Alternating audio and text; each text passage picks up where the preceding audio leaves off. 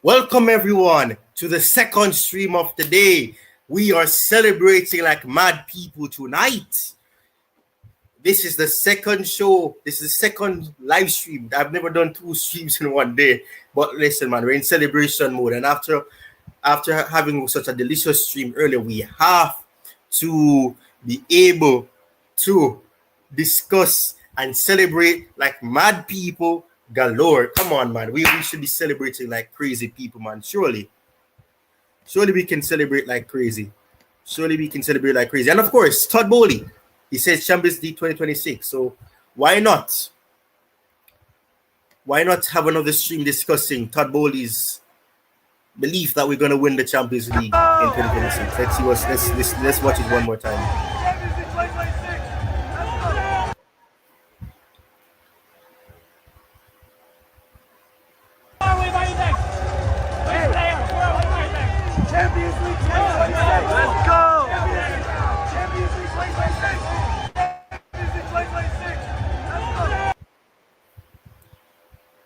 So, as you guys can see, I don't know what's going on with my camera. Right, I'm back on now. Todd Boehly claims that we're going to win the Champions League in 2026. So, let's see what's going to happen. Let's see what's going to happen, man. But I had to do another stream, man, because we're celebrating like crazy, man. Big up to you, Kim Zhu. Big up to you, Jordan Hyman. Thank you for tuning in, my people. But this is the second stream of the day. 6 people watching. Let's smash that like button. Smash the like button, people. Let's smash that like button. But let's listen to this one last time because I'm loving what Todd Boehly said. Let's watch it one more time. Champions League 2026. Let's go. Champions League 2026. Champions League 2026.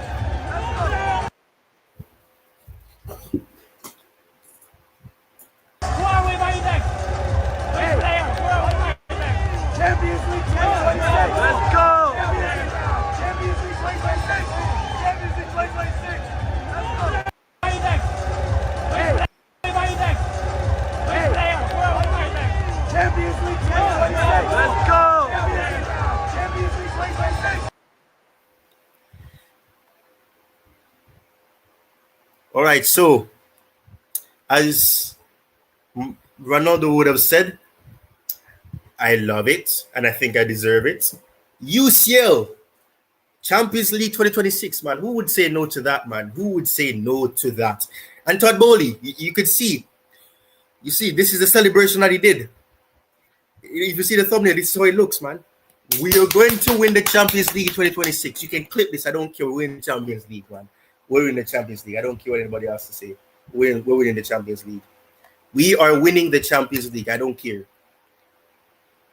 Look what Kim Soo is saying. He's saying, get us Rodrygo and a left back and a lead goalkeeper. Yeah, I mean, I don't know about Rodrygo coming, but yeah, I mean, who would complain if we get Rodrygo, ain't it? I'm not complaining if we get Rodrygo. Rodrygo is a classy player.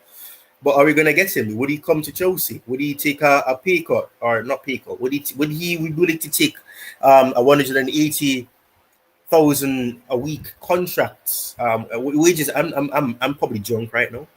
I don't know what I'm saying. Is he going to take wages that are not in the 200,000? I mean, if he doesn't want the world champions, then he can go to hell. I'm sorry, but I don't know what's going on with the rational perspective. I don't know where he's at. He just disappeared on me. Anyways, it doesn't matter. I won't cry.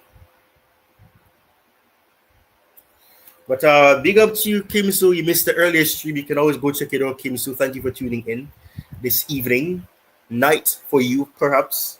But this is the second stream that we're doing 2 hours later. we were celebrating like crazy people before. So I said, let's do another stream, man. We have the time, so why not take the opportunity to do another stream? So big up to everybody that's locked in right now. Hope you guys enjoy this second stream. And if you haven't already, go check out the more serious stream where we did a whole takeaway tactical analysis and how PSG were obliterated and smashed by the world champions, the champions of the world for 2025, the inaugural champions of the FIFA Club World Cup, Chelsea Football Club. Luis Enrique was left silent.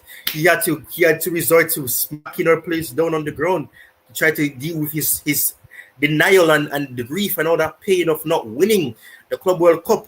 They wanted to win the sextuplet, but did they win it? No, they did not, man. They did not. They could not. But I agree with you, Kim. So we definitely need a cover for Kukorea. We did say that in the last stream before this, so you can always check out that stream or that video now. When you get the chance, I'm going to send a link to somebody else who wants to join the panel. Let me see. I don't know what's going on, man. All right, so I send a link to the other person.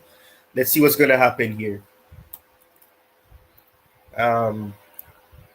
Let's see. Joao Pedro as our striker? Man, listen. I know a lot of people were not convinced about Chelsea spending £60 million on Joao Pedro, but listen, brilliant so far. The way that the Brazilian flair that he comes with, it's just incredible. The way that back heel for the shot that Cole Palmer took, that literally, I thought it went in. I thought that was the goal because I didn't get to see the match live, or the first half live. So when I saw that shot, I thought that was the goal, because if you look at it, I could have sworn it went to the back of the net. How did it not go in, man? Yeah, Joao Pedro is class. He has that Brazilian flair, the way that he moves his body, and the little back heel and the little shimmy here, shimmy. You see the dance celebration that he did when he scored? The dance, man. It was like, oh, he was the Brazilian. It was, man. I can't. I have to show you guys this the right way. DJ's here, my brother. Oh, I have to stand up and do this dance, man. This is how he was dancing. I hope you guys can see me, man. It's like, he's like, oh, yeah. Oh, I can't believe you're doing this live on the stream, by the way. Listen, man. You what? So what, man? Listen. You know many girls I see smiling and they get millions of views. Come on, man. Oh, come on. YouTube is not serious, man. YouTube is not a serious platform. Don't get it twisted. Who are we talking about here? Joao Pedro.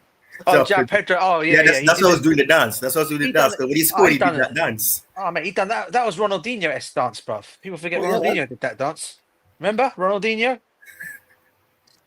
Proper star, man. Yeah, I'm Jamaican. Yeah, I'm Jamaican, Kim. So I'm Jamaican. I thought it was the best kept secret, man. I always thought everybody could tell. He's again. Like, you're gonna do it again, bro. Oh my god, Ty, bruv. Right.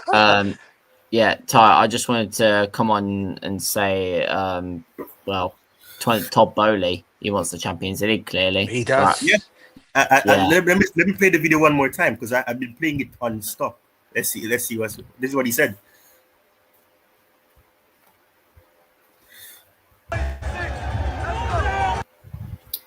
Why is it not playing now, man? What's going on?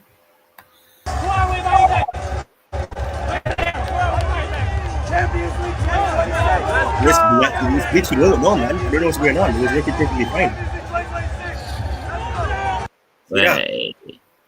Yeah, man. Yeah. He wants it. Anyway, yeah, I just wanted to jump on and say, make sure you guys smash the likes and subscribe to Chelsea Sessions. It's a great channel. Great content coming out on there, isn't there, Ty? Oh yeah, man. I mean, this is going to be a great stream as well. I don't know where Jerry's Eve disappeared to, but we'll see. We'll see. Yeah, I just wanted to come on and say that because I actually have to go now. I'm tired. I want to go to bed. got a difficult day tomorrow, so yeah, need to get some sleep. But yeah, it's been a pleasure. Thank you very much. Yeah, man. Big up to you, bro. Big up to you, mate. He's gone. All right, cool.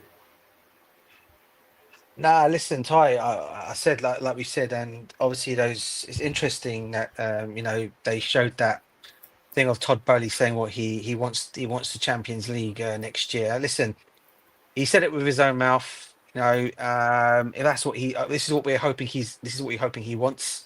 Yeah. Obviously, we delivered the World Club tournament yesterday. We won that trophy yesterday, the World Cup World Club trophy yesterday. And yeah, if we can get the Champions League, I don't see why we can't, bro. I mean, we're I think what we built up yesterday, I think everyone could see the game yesterday, and I know X was on a complete meltdown today from all the rival fans. And I was watching most of that, and I was watching a lot of the. Obviously, I was working, but came home through the day. When I obviously got back home, I was catching up on programs. I knew I had a lot of notifications that came my way, and I just went to check out videos here and there. And oh my days, what a meltdown between the Arsenal fan base, mainly the Arsenal fan base, more than anything else. And look, it just tells you how obsessed they are with us, mate. I mean, they need to start worrying about themselves rather than worrying about this club in London. We're the biggest club in London. I said this all along. Arsenal fans need to learn to accept that. You're nowhere near when it comes to trophies, especially on a European stage, to Chelsea. And I don't think somehow or another you guys are going to get there in a while. And even if you were to win the Champions League next year, miraculously, you might win the Champions League next year, right? Don't make you bigger. Don't make you the biggest club in London either. So we've done it. We've won it all. We've won it all. We're going to have that badge. And remember, if we were to lose next season, guys, that badge on our chest, that golden, beautiful badge on our chest says 4 years. Oh, yeah. 4 years. Do you get what that means? 4 years. That means 4 years champions, yeah? No one can talk to us. No fan can chat to us. We've won it all. And all I'll basically just say is next season, it's going to be a tough season. I'm not going to say we're going to romp the Premiership either. It's going to be tough. But I don't see why we can't go up there and challenge ourselves. Why should we be afraid? Of who? Yeah. Scared Do you of get who? me? Who should We be shouldn't scared be of? scared. We shouldn't be scared. And look, this is not Chelsea fans bigging ourselves up. Of course, we're very happy about our club and what we've achieved. Yeah. So of course you're going to get a lot of us saying, do you know what I mean? We are now starting to talk about wanting to win the bigger trophies again. And listen, it started already. You can call the Conference Cup the small Minnie Mouse Cup that you like to call it, but hey, that got us the set, and now we went and won the World Club trophy as well on top of all that.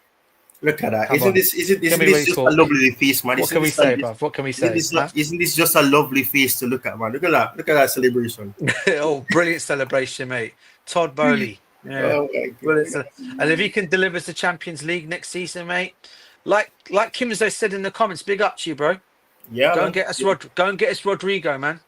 We'll love Rodrygo, but hey, listen, Liverpool are in for him. Let's see who gets him. I think Liverpool apparently are showing up. Apparently they're in the driving seat for him. I don't know how true that is, but let's see what happens with it. Things can change in football very quickly. So let's see where it all goes. Why is my comment section blocked up? DJ, wait, DJ. Big up Kimzo. Big up to you, brother. I think Kimzo is still drunk from yesterday. He's very excited. I'm not used to Kimzo being this positive. Big up to Kimzo, yeah, because I have to say, I know he comes on these streams a lot, right? And I know he has a lot of big up to me, by the way, and as well, and by the way, and he basically has a bit of a doubt, and I know he has a bit of a what do you call about Chelsea and his worry about how we are going. And he was one of those fans last season that was stressing about the club, where we were going, the direction it was going, like we all were. Yeah. But listen, what we've done towards the end of the season, I think, has been brilliant. I think too many people, and I'm going to say this right now, too many people outside the Chelsea fan base, including some of our own fan base, by the way, was writing us off. Mm-hmm. But what people don't remember, and if anyone does know football very well, including the so-called experts out there and the journalists out there, right? This is more to you guys. Right?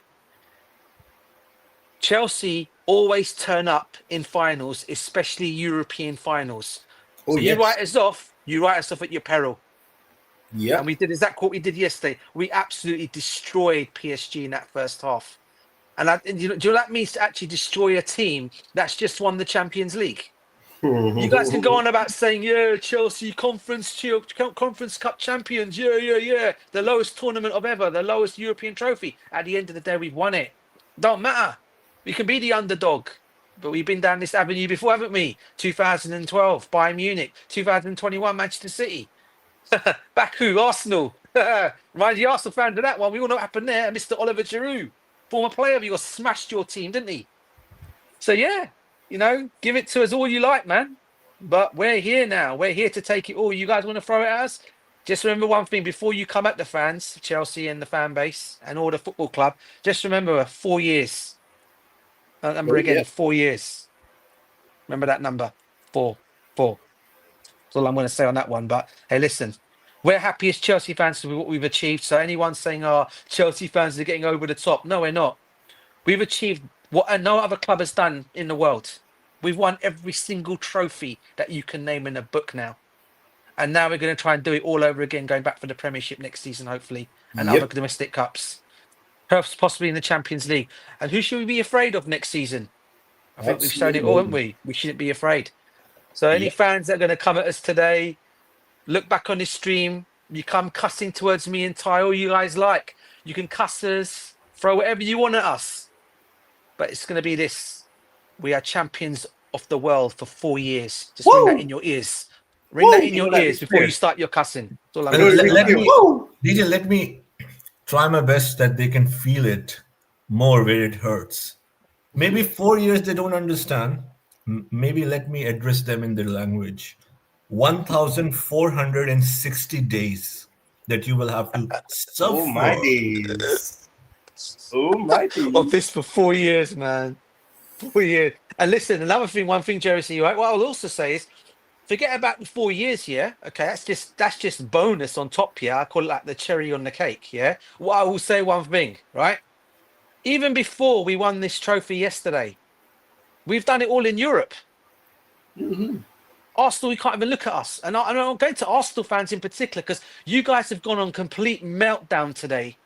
Complete meltdown today. You've gone on meltdown in the X space today on Chelsea winning, and all on your vlogs today, and all your accounts today on YouTube. Yeah, really giving it to the Chelsea fans. So, yeah, some of us gave us the credit. Great, but I know there's some of you that are very salty out there that hated what we done today. I think Arsenal should worry about Tottenham now.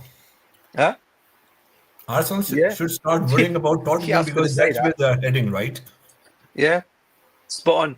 And and the thing of all this, Jersey, right? Check this out. Arsenal, 1994 Cup Winners' Cup. Alan Smith, got the only goal for them. The only winning European trophy they got. Oh, and they also won that invitation trophy that no one really talks about.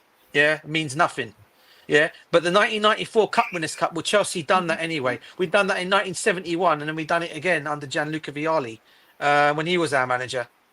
Yeah, so we've done it. We've done it twice, and rest in peace to the big man, by the way. R.I.P. to Gianluca Vialli. What a pro, what a player, what a gentleman, by the way. I had a chance to meet the guy in real life when I was at Stamford Bridge. What a gentleman he is.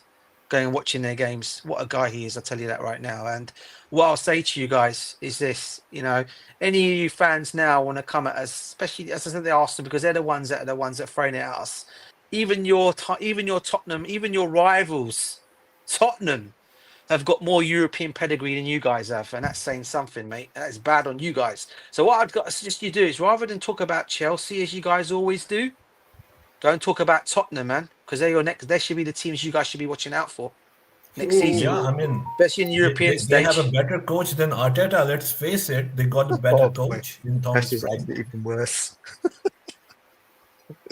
Oh, mate, sorry. Yeah, Look at that. None of them. I said it yesterday. ESPN gave us no chance. No chance at all. Everything is PSG. PSG. Look at the odds to win. This is the guy. Trophy, 23/10. This is the guy, bro. Mark Ogden. He's a guy that's on ESPN. This guy was still giving the crap to Chelsea yesterday. Even though we won yesterday, right? He was outside the stadium, right, after the game, right? And he was still there. Oh, PSG were tired. Really? So were they tired against Real Madrid then, were they? Or was it Real Madrid were tired? I mean, what are we doing here? Come on, what are we doing here? Talk about hate. The tired thing, I won't buy it, DJ, because the Chelsea were not playing in the league. We came here like all rested or what? Yeah. And the other thing I'll also add to it, Jersey, it's not our fault that Manchester City and Al Hilal did not go and win their games. People go back, oh, Chelsea's easy round in this tournament. Well, it's not our fault, that Al Hilal and Manchester City didn't do what they should have gone and done, because we had only met them two clubs. But it never happened. It never happened. They lost, we secured, and we went and won. Any other club would do. Take advantage. They didn't even acknowledge our win. Like, if you see DJ, like, and it's not even worth it to waste time, to be very honest. And the only reason that I came and started doing shows was, of course, we all know that. But the only reason I believed in is when I listened to ESPN, I'm like, man, I do a better job than them. What are they talking about? Anyways, so they completely wrote us off. But after the game, if you see the post-match analysis, they didn't even talk about it. They're just like, you can see their faces, the expression, the jaw dropping, and just like, oh, yeah, if Chelsea can play like this, they can do well next season, blah, blah, blah. But nothing about how wrong they were, nothing about like how Chelsea played. So they were like completely taken off guard, and they were trying to portray as if this was one of those performances that can happen anytime, So I really found that very strange, to be very honest. Yeah, Ty, what do you think of that all, bro? I mean, what do you think? I mean, I've been talking here, but what do you want to add to it all, mate? Because you've kept quite quiet there, bro. Nah, man. I mean, I watched it, after I did yesterday, the celebrations, I watched it and I was just disgusted. I mean, Steven Nicol, I'm not the biggest fan of him, but he was the only one that, even though he sounded like he didn't mean it genuinely, he was the only person that actually sounded like he was being respectful. I mean, Craig Burley was saying, oh, I don't know, why is Craig Burley so salty? Is it because of the fact that, what was it? There was this match where I think he gave the ball away and then we lost or something like that. I don't know why he hates Chelsea. Usually players who used to play for Chelsea or persons who used to play for Chelsea, they don't hate them. Yeah, no, bro. And the other one that surprised you, it's not just about Craig Burley. I mean, another legend of ours, Frank Leboeuf. I mean, this guy. I mean, I've got so much. What do you call it? So much respect for the guy, right? Because of what he did for us when he was at Chelsea. Him and Desai, that partnership was phenomenal, right? But what I'll say is, in terms of him on ESPN, now he says it how apparently they're saying, oh, we say it how it is, the truth. Well, none of you gave us a prayer in this game. Not a single one of you. You thought we were going to get played off the park, and this is why it makes this victory more sweeter, because every single person up and down the country, okay, whether it's in the UK, I'm not sure about how, maybe in France, maybe, I don't know who it was. I like him as well, Kim Zo, but it's just what he was saying about us. And that's why I was surprised more about it, because I wasn't expecting that from him. But he did, to be fair to him, when he did go to him afterwards, he did give us the respect afterwards and did say, look, they deserved it. But then he had to add in there, but then can Chelsea do it again next season in the Premiership? I mean, let's not talk about the Premiership now. We've just won a Club World Cup. Why do you have to bring up the Premiership for next season now when it hasn't even kicked off yet? We're still in the transfer window. We're still in pre-season friendly games, They haven't even kicked off yet. And you're talking about the Premiership for next season. We're not even in August yet, right? When the Premiership does kick off, right? And this guy's coming out and... To the ESPN crew, I mean, sometimes it doesn't hurt to start a show by saying we were wrong, right? Exactly. 100%, Jay-Z. 100%, Jersey. 100%, because this is what I'm trying to say. They don't do that. This is the point. And at the end of the day, I'm not saying here, if that was any other club, Liverpool, Manchester United, maybe Manchester City, Arsenal, if that was any other club winning that tournament last night, right here, they would have got their flowers from every single person on ESPN. But when it comes to Chelsea, oh my God, you're right. I 100% agree. And let me give you a proof. But like Mark, I guess, he was talking about it like, how is it received, this final? What is the reaction in England? How much the country is involved because the club from England is playing the final. I'm of course paraphrasing it, So he was like, not really. If it were Liverpool and Man United, he said that openly. Go and check that. Yeah, Maybe he yes, did. if He did. right. He's saying Yeah. they're more interested in the Wimbledon and the Test cricket that's going on. That's what I remember. Do you know what? Do you know what? This is what I'm trying to say. Why I say why Chelsea fans? You say Chelsea. Winning that trophy yesterday. I don't care what any. It would made every single Chelsea fan up and down the country, all around the world, the most happiest fans around. Right? Yeah.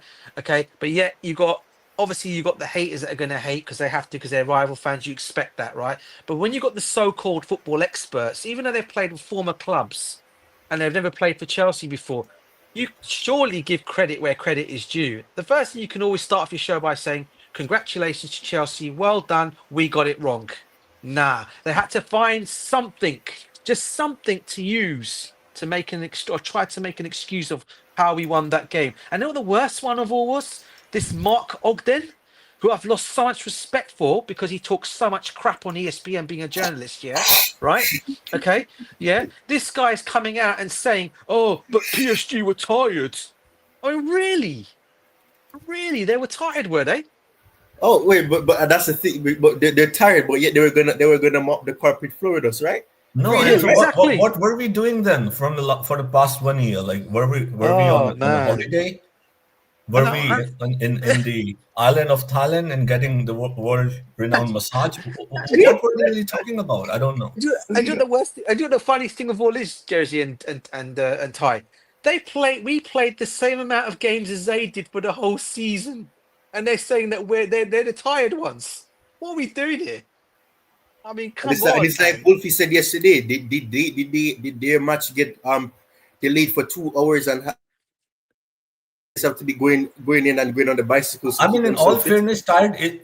I mean, it's a valid point, but it's if the other team had more rest, if the other team was not playing, like I gave an example, I don't have to go in detail on that. That Barcelona played on Madrid, Copa del Rey final. It went to the extra time, and then they take on Inter Milan. I'm not saying I was right in terms of how I was putting it, but I was giving a reason at least, like why it was the way it was. That Barca were, in my opinion, tired against Inter Milan at the end of the second half. But it may be true or not, but at least I had something to say over there. But when both of the teams are coming, playing this more or less same number of games with same schedule, then how can you say it, right? Like if you're playing tennis and the turf is not uneven, it's for both players, right? Yeah. DJ. The thing is, I was shocked that 100% I was shocked that they didn't say that. Oh, Chelsea played their semi-final match before PSG. That was the next thing they needed to say, man. Because man. And the thing of all is, right? And the thing of all is, whether people like to accept it or not, right? What people witnessed yesterday, and this is about everyone around the whole world, right? Who are watching this game from up and down different countries, right? Watched PSG, and be schooled. Luis Enrique's team was schooled yesterday, right? And even though it's tough, I know. Listen, it's a tough one. Even a Paris Saint-Germain fan, I know a Paris Saint-Germain fan that absolutely came out on another. I can't remember. I won't mention, but he mentioned. I won't mention the stream, but he basically said on another one I saw, that we're going to get the floor wiped with us. Apparently, he told Matisse this, by the way, right? Matisse. All right, he told him we're going to get the white. We're going to no problem. We're not worried about this Chelsea team. No matter what happens, we're going to smash you. No problem. There's not one of those. You look at that Chelsea team here. Probably the only two players that get into that Chelsea team and that PSG team. Probably I'd say Nkunku, possibly Pedro and Cole Palmer. Other than that, no one else gets into this. And you know, it's so funny though. One of those players actually was at PSG with Tuchel, and I was in Nkunku. Exactly, man. Yeah, and the funny thing of all is, right, he said this is the PSG fan. Oh wow, you live in France. Right, I didn't know that, Kim Soo. You live in France, okay? Wow. Yeah, and this is the PSG fan. It was one of Matisse. It was with Matisse on the stream on another one, and I saw it, right. And I'm listening to it. And Matisse is like, he was the only one, obviously being the only Chelsea fan on there, giving it Chelsea are going to win. I think he said 2-1. I think he said, right. Mm-hmm. Everyone else was saying we were going to get battered 3-1, whatever. And lo and behold, what happened? We ended up winning the game 3-0, mate. Completely smashed them out of, especially in that first half. We were unplayable in that first half, mate. And the thing of all is, they were still trying to find excuses for PSG of why those goals were conceded, right? Why they were conceded. Yeah? Okay? And I'm like thinking to myself, man, what are you guys? What are you guys? What are you guys? Hold on 1 second. What are you doing? Can you go off to bed, please? No, no, no. Sorry, guys, my daughter's just, what do you call it? Yeah, no problem. Yeah, yeah, take your time. Please take your time. So Go, to go, add to go. Kim Soul, what he mentioned, like, so it's not, yeah, it's not just Chelsea who celebrated. A lot of clubs in France celebrated for obvious reasons. Yeah. Look at this too. Look at this too. Look at this. Is it shooting sure? Look at that. Salzburg, May. In May. This is what they did in May. May 3rd, 2025, 2-1. July 13, 2025. Chelsea 3-0. Those are the stuff happening, man. Yeah.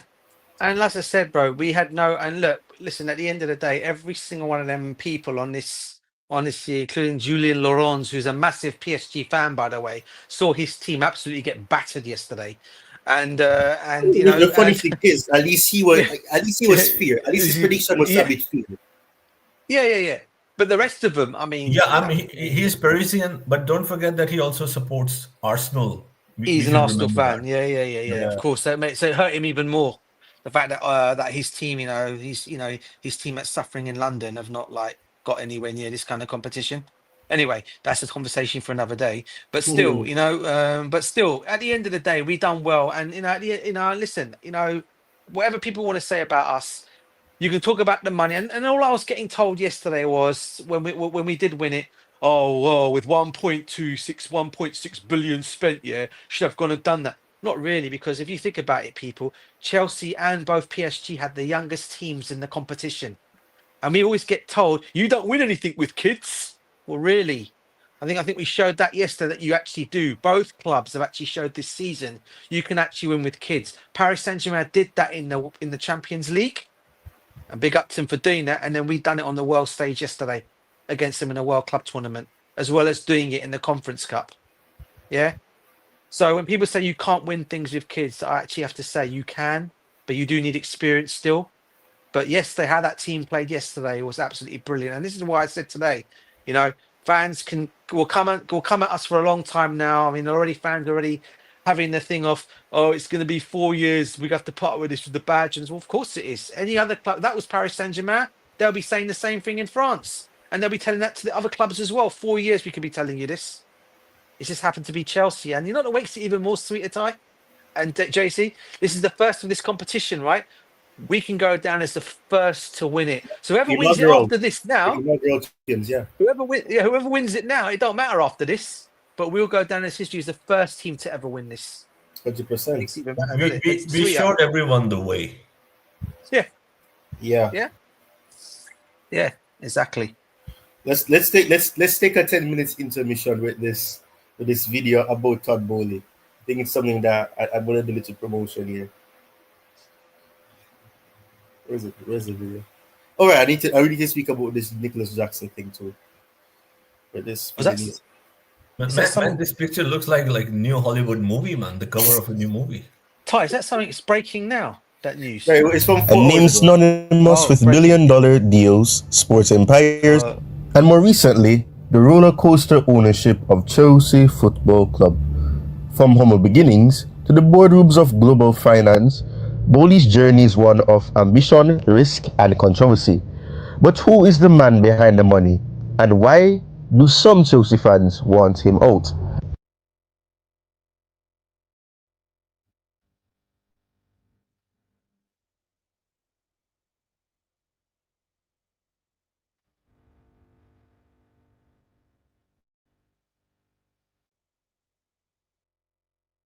Born on September 20, 1973, in Bethesda, Maryland, Todd Lawrence Boehly grew up in a middle-class family with German roots. His father was an engineer, his mother a schoolteacher. At Ladon School, Boehly wasn't just a student, he was a wrestler, winning championships and later having the gym named in his honor. Those early days taught him discipline and grit, traits that would define his future. After graduating from the College of William and Mary in 1996 with a finance degree, Boehly faced a crossroad. Unsure of his path, he sought advice from a former teacher who pointed him to London. There, he studied at the London School of Economics and landed a job at Citibank, sparking a love affair with the city and perhaps foreshadowing his future in English football. Boehly's career took off in the world of finance. He joined Guggenheim Partners, rising to president and orchestrating major deals. In 2015, he co-founded Elridge Industries, a Miami-based holding company that now manages over $70 billion in assets. Our goal is to make it not dependent. That's why we're so diversified. I think being diversified, really helps us ride out the cycles. And, I think that, with the stability of our funding base is so predictable, right? So, I think that the combination of being very diversified, not having event risk in the model, and then having a really good funding base, and a really good financial capital partner, with me, really gives stability to the platform. From media giants like The Hollywood Reporter to sports teams like the LA Dodgers, Boehly built an empire, earning a Forbes net worth of $8.5 billion by 2025. Yes, it is a very expensive club, but you know what, Manus? Premier League football is big business, isn't it? And we know that that's the way that it works. And as you just said there, that a group led by former Guggenheim Partners President Todd Boehly and Clear Lake Capital have agreed to buy the Premier League Football Club for £4.25 billion. In May 2022, Boehly's biggest gamble yet came into focus. Leading a consortium with Clear Lake Capital, he bought Chelsea FC from Roman Abramovich for £4.25 billion, the most expensive sports team purchased in history. Abramovich's exit, forced by UK sanctions after Russia's invasion of Ukraine, ended a 19-year era of trophies. I think we know people. We know human capital. And I think we understand game plans and strategies. And we're not expecting to be, the football experts to find the best talent. Boehly stepped in as chairman, promising to make fans proud and build on Chelsea's legacy. £1.19 billion of signings under Todd Boehly so far, and quite a few in this window. The Boehly era started with a bang. Over £1 billion was spent on transfers. Stars like Enzo Fernandez and Moises Caicedo broke British records. But the result? Less dazzling. 4 managers in 2 years, a 12th place finish in 2023, and a squad bloated with young talent left fans divided. Boehly's hands-on approach, sacking Thomas Tuchel, suggesting a 4-4-3 formation, and even calling a match worth not watching, he showed passion but also inexperience. The Chelsea Supporters Trust has written to the Premier League calling for an investigation into Chelsea co-owner Todd Boehly's involvement with the ticket exchange and resale company Vivid Seats. Now he's endured a lot of fan backlash, and by 2025 the discontent continues to brew. Some Chelsea fans, once hopeful, now want Boehly gone. The Chelsea Supporters Trust has called the club a laughing stock, pointing to ticket price hikes, a controversial ticket resale link with Vivid Seats, and a perceived disconnect from the club's culture. Chants mocking Boehly echo through the stands. Roman Abramovich! Roman Abramovich! Roman Abramovich! Roman Abramovich! Roman Abramovich! Roman Abramovich! Roman Abramovich! Roman Abramovich! Roman Abramovich! Roman Abramovich! Critics blaming him for turning a trophy machine into a mid-table mess. He's had a nightmare. He's completely misread this league, and he'll learn very quickly, I'm sure, just to sort of, if you like, stay in his lane. Because what's happened this season purely is down to him. He's come in, and he needed somehow to try and keep the footballing department together. He's the non-footballing department, by the way. You've got to remind himself of that. He's the non-footballing department. You're the owner. You're not a Premier League player, you're not a coach, you're not someone who's got experience in this English league, so stay where you are and allow the people who've run the football club successfully with a very different model to most clubs over the last 10, 15 years that were still there, somehow try and get a year or two out of them to learn the ropes. My problem is with Todd Boehly, who I think has completely ruined the club since he's come in. They've sacked the manager who won them the Champions League. They got Brighton's manager. I said at the time it was a job too big for him. They came out and publicly said the results were relevant first year, 18 months, we're going to give him time. Yet, not all see him as a villain. Supporters of Boehly argue he's playing the long game. Be continuously adding resources. I think we've been talked about having a multi-club model. I would love to, continue to build out the footprint. I think that, there's different countries where there's advantages to having a club. And when you have 18, 19, 20-year-old superstars, you can loan them out to other clubs, but you put their development in someone else's hands, right? So I think that, our goal is to make sure we can show pathways for our young superstars to get onto the Chelsea pitch while getting them real game time. And to me, the way to do that is through, another club somewhere in a really competitive league in Europe. Investing in youth and aiming for sustainability. His vision, they say, mirrors his success with the Dodgers, where patience paid off. In a recent interview, Boehly insisted he's aligned with Clearlake and committed to Chelsea's future. Chelsea Football Club, there's been a lot of tension between the owners. There's an ownership struggle. Is there a sense, are you any closer to deciding whether or not you'll... No, I think what the media writes about and talks about is exciting, right? But I just don't think it's realistic. I mean, I think if you look at the evolution of the team, we've been aligned on what we're trying to do and what we're trying to build. It's a team that's young. It's a team that's got long contracts. And all these things were new. And of course, in order to do all those things that we've done,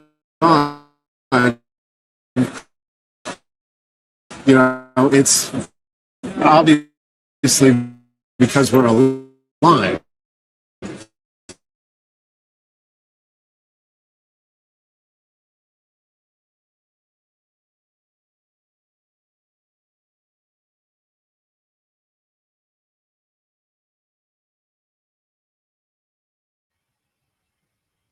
Hey guys, you right, Ty? Yeah. My other device started to glitch out. But yeah, that was a video that I made on Todd Boehly. It's a biography on him. But like with YouTube, and like I said earlier in the stream, females can just be smiling on YouTube and they get millions of views. And I made a very detailed video, in a documentary-esque way. And it only got 200 views. So I wanted to say that's the first thing I wanted to say when I was even a minute or two inside the run of the video. That excellent video, it's exceptional, professional. Not just the presentation, right? Presentation is one thing, which can always be further improved, of course.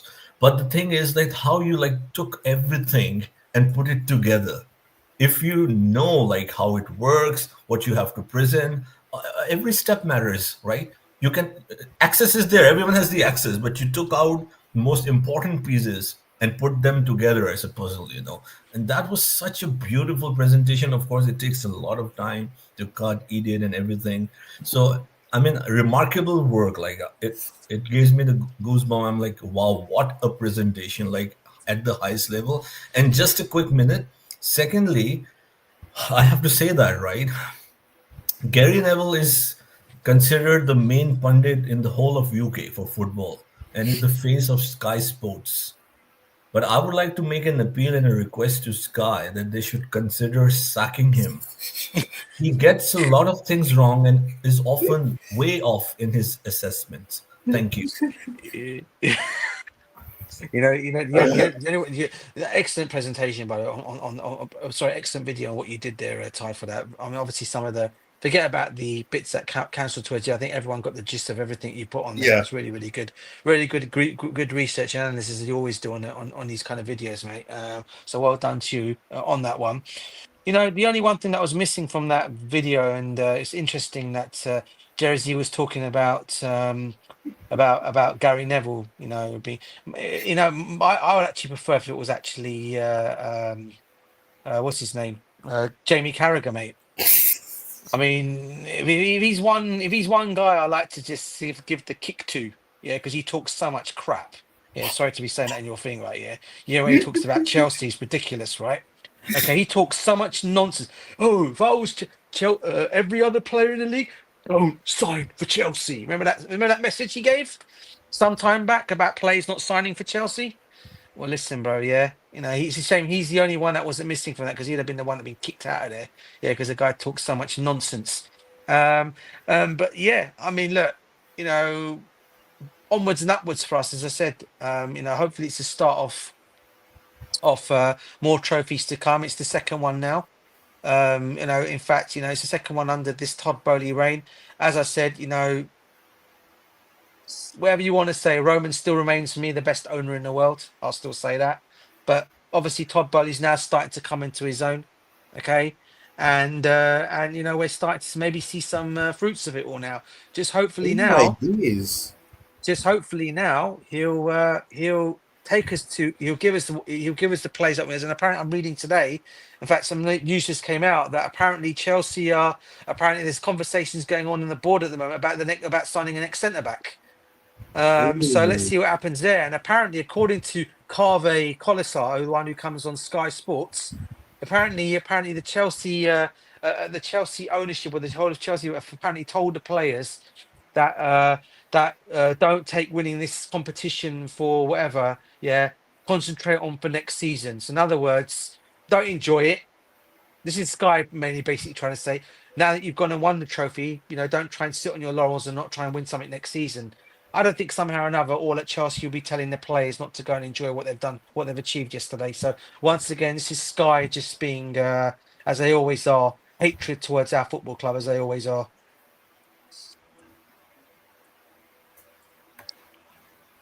Yeah. What's this, mate? Yeah, let me read it. So this was from 2 hours ago. It says, Fabrizio Romano on the Zone. Chelsea want, I swear, this is speaking about them trying to stir up something, but probably is true, but why probably don't know. Chelsea want to keep going on the market. My understanding is Chelsea are currently discussing several options for a new attacker. This is because there's a concrete possibility both Nicholas Jackson and Christopher Nkunku leave this summer. Then Chelsea are also discussing one more centre back. So basically what you said internally. And then obviously this London will always be blue, says who do you want to replace them? So let's hypothetically say that Nicholas Jackson and Nkunku may leave, but should that happen, I know you said you want somebody, and probably it's right there, but who do you want us to sign? Should that happen? I've said it already, bro. And if we can I guess? Fantastic. Go on, get Jersey. You got an answer. Go on. No, I want to guess what DJ is thinking. Maybe Rodrygo. What a guess! Well, he's read his mind. Yeah, read his mind. Yeah. Listen, I'm not gonna lie. I would love Rodrygo at Chelsea, mate. I think he comes into Chelsea and he takes us to another level, mate. If we can get this deal over the line, and look, listen, as I said, I'm reading today that apparently Liverpool supposedly are the front runners for his signature should he leave Real Madrid, which looks like it's going to happen because apparently Xabi Alonso has apparently said that he can leave. Even I think I heard also that internal discussions will be taking place between Alonso and the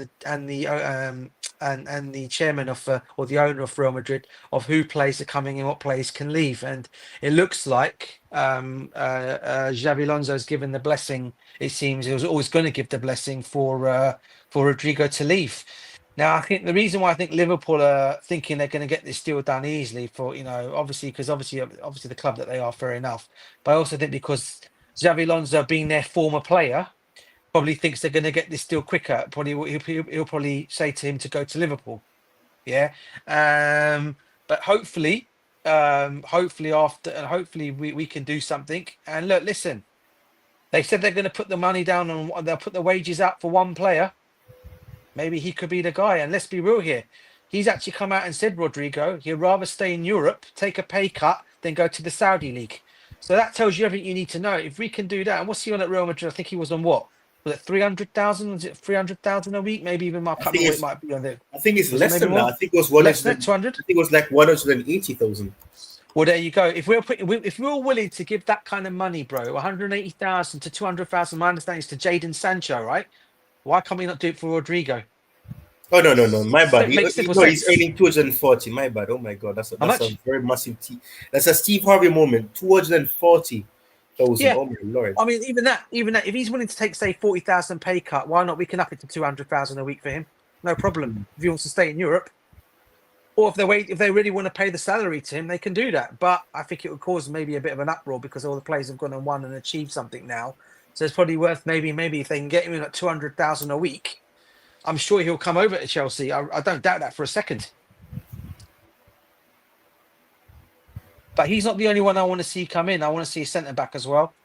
I think if we can keep hold of Vega, we might be able to save some money in the transfer market on the left back. And I know there's a lot of Chelsea fans out there. I know one in particular, named Stephen, who basically has said, and he knows what I'm talking about. He's on another stream with me, who says he wants Vega gone because of the way he was with the football club. Big up to you, by the way, Stephen. Right? Okay. But for me, look, I for one think we can actually keep him. And if he decides he's going to stay, I think it'll be good for the club. I don't know what your thoughts are on Vega staying. Would you guys like to see him stay? Personally, yes. Some kind of agreement. Go ahead, Jerry. But yeah, my short answer is yes. Yeah, definitely. I would like him to stay. And talking on the subject that was just covered, I would like Nico Jackson, unless like it's a great money and Chelsea thing, we should sell him. Personally, in my opinion, I would like to keep Nico Jackson and play him if he deserves it, of course, because we have so much competition as a left wing. If he can start, if he's good enough to start, because we have Neto, we have other players, or come off the bench, as a left winger, because I think that is his place. First of all, his primary position, his natural position, and because we are seeing his goal conversion, and we are not so happy. We have João Pedro now, we have Dilap. So it makes sense. We are like obviously seeing things from the surface, connecting goal scoring, ability, and saying, okay, let's sell him. Or a lot of fans are not keen on him. I'm seeing his overall involvement in the game, his link-up play, how he tracks back, how he covers the ground, and do everything that is so important. So I think if he plays as a left wing, if we think it's not necessary to sell him, why not keep him? Because not only that, he will also like keep pushing the players that are in front of him to keep on delivering, because he will say, I'm still here, and he can be utilized as a left wing to add different dimension to the game and get involved with the midfield, and all the important attributes that he has, the link up, the 1-2s, and then especially, his ability to defend and cover the ground. So why not? I think that could help us from finishing. I mean, if we are in the title race and to win the title, these are the fine margins I'm talking about. Like Nico Jackson contribution could be immense in that regard. But yeah, that's my take. Fair enough.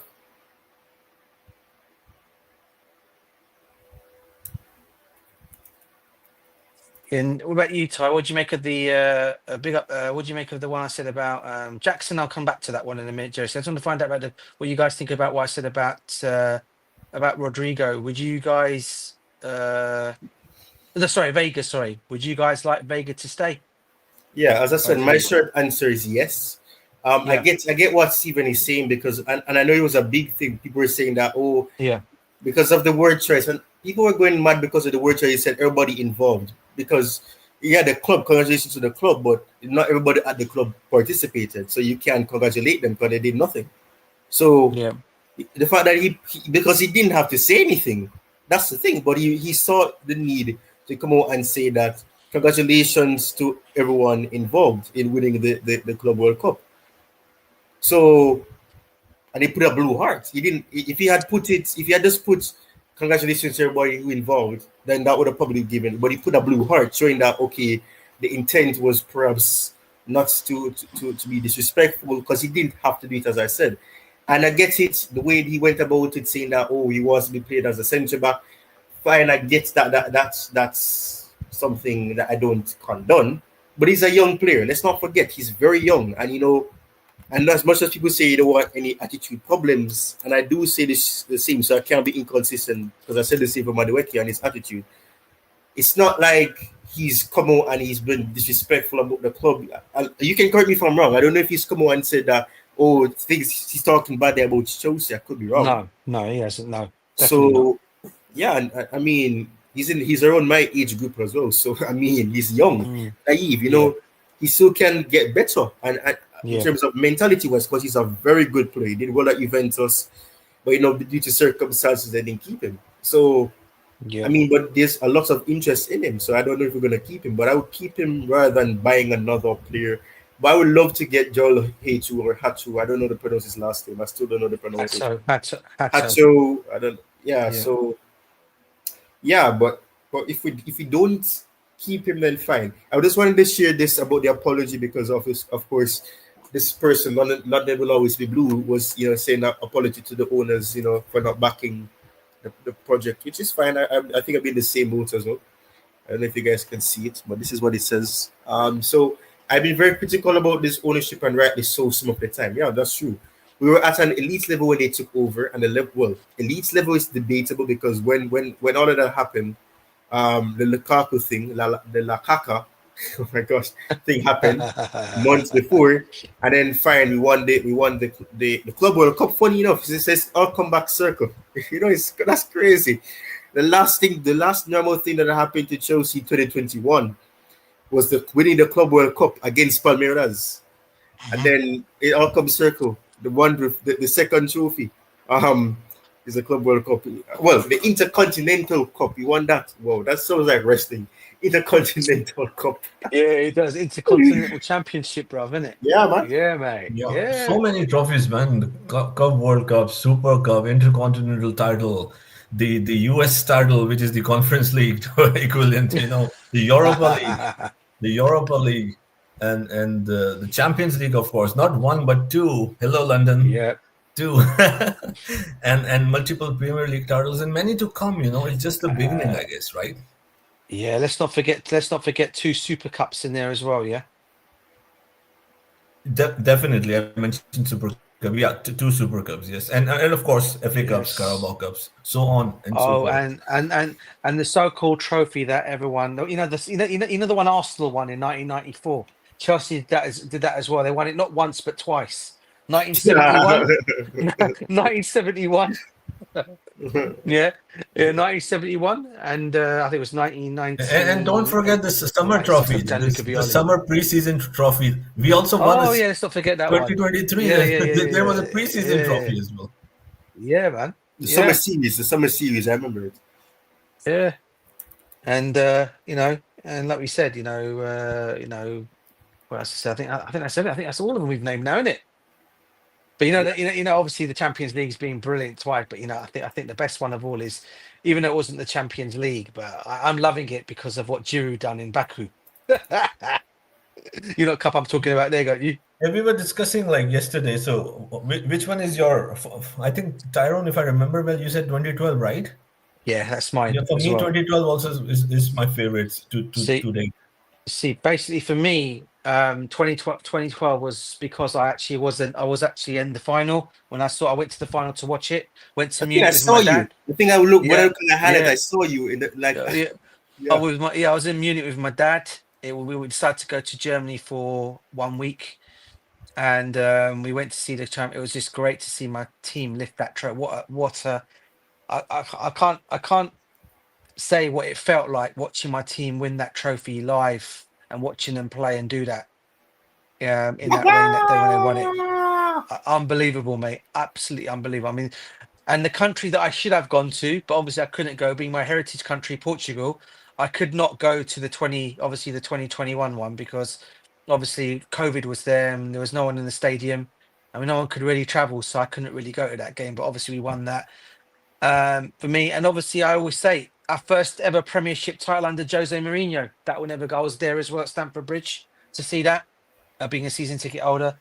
I had a chance to go and watch all that, and yeah, it was just unbelievable, man, unbelievable to see that as well. So yeah, no, following the club for so many years, but to see us triumph as we've done from an 80s fan going on right until now. I've seen the highs and the lows of my football club. Saved the bridge, relegation, back up as we did.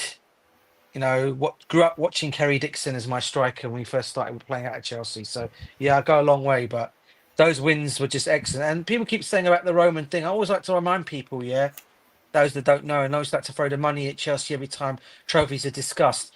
Chelsea were winning trophies long before Roman Abramovich bought us. It might not have been the Premiership, but we did win the European trophy, not one, but also the Super Cup, along with FA Cups and Carling Cups. So, you know, it wasn't all about Roman's money, by the way. Just want to throw that one out there because we get accused of that a lot of the times. Money, money, money. Roman's money obviously helped, yes, when he came in. It just took us to another level, as it would do with any other club that a billionaire owner would take you to, if he's got the ambition to make that club be brilliant. Any Yes, billionaire and owner in would do all that. fairness, you do need an investment. If you Yeah. don't have, you can't compete. You know, you need, I mean, a certain investment to compete at the highest level, right? Yeah, 100%, bro. 100%, mate. You have to. You need it. Every club's done it, but I mean, look, people forget. Yeah, okay. You know, people don't want to remember it, but Liverpool back in the 80s and the 90s. What do you think they were doing back in the 80s and the 90s? People always seem to not remember throwing Yeah, Liverpool into this. 70s, Yeah, 80s Liverpool, I and mean, then no, Manchester no, no, United. no. No, no, but Liverpool always get away with it here because everyone goes on about Jack Walker's millions at Blackburn, right? And then everyone goes on about Roman Abramovich's money and then the Sheiks, right? But people don't know Liverpool. Liverpool had the same situation, yeah, back in the 80s and the 90s. They were owned by a millionaire owner. I do believe it was owned by Littlewoods, Paul's owner, and they were going and buying players. JD, you there? Jersey. Yes, I'm here. Yeah, go Who's ahead, gone? sir. Oh, it's Ty gone again. Yeah, he'll be back. Go ahead. Yeah, I was just going to say Liverpool were doing it back then as well. They were buying players like John Barnes, Peter Beardsley, Mark Walters, David James, Craig Johnson. I mean, the list just goes on. They're all buying players as well to elevate And to then another Manchester level. United did it late after that. Liverpool, yeah, Eric Cantona. I mean, you name it, Dwight York came in, as Andy Cole. I mean, every club spent money to get where they needed to get. But it's Man just Chelsea City get and Newcastle Man only City. improved because of the investment. Yeah, So it's constant. exactly. It's a constant So thing, right? yeah, exactly, bro. So, and let's be real here. Every club up and down the country, no matter whatever club you support in the world, right? Yeah, is always going to be backed by a millionaire. Yes, some of them are maybe not have the billionaire owners, but just have the fan base and the big stadiums to bring that revenue in. But there are others out there that have the billionaire owners that will go and spend the money to get the success they want sometimes. And I'm not saying Chelsea's was based on that. Okay, it helped, but then it helped a lot of other clubs as well. But Chelsea always seem to get it because that's what people like to do. They like to always throw Chelsea in the mire of it all, but they don't think about other clubs did it before us.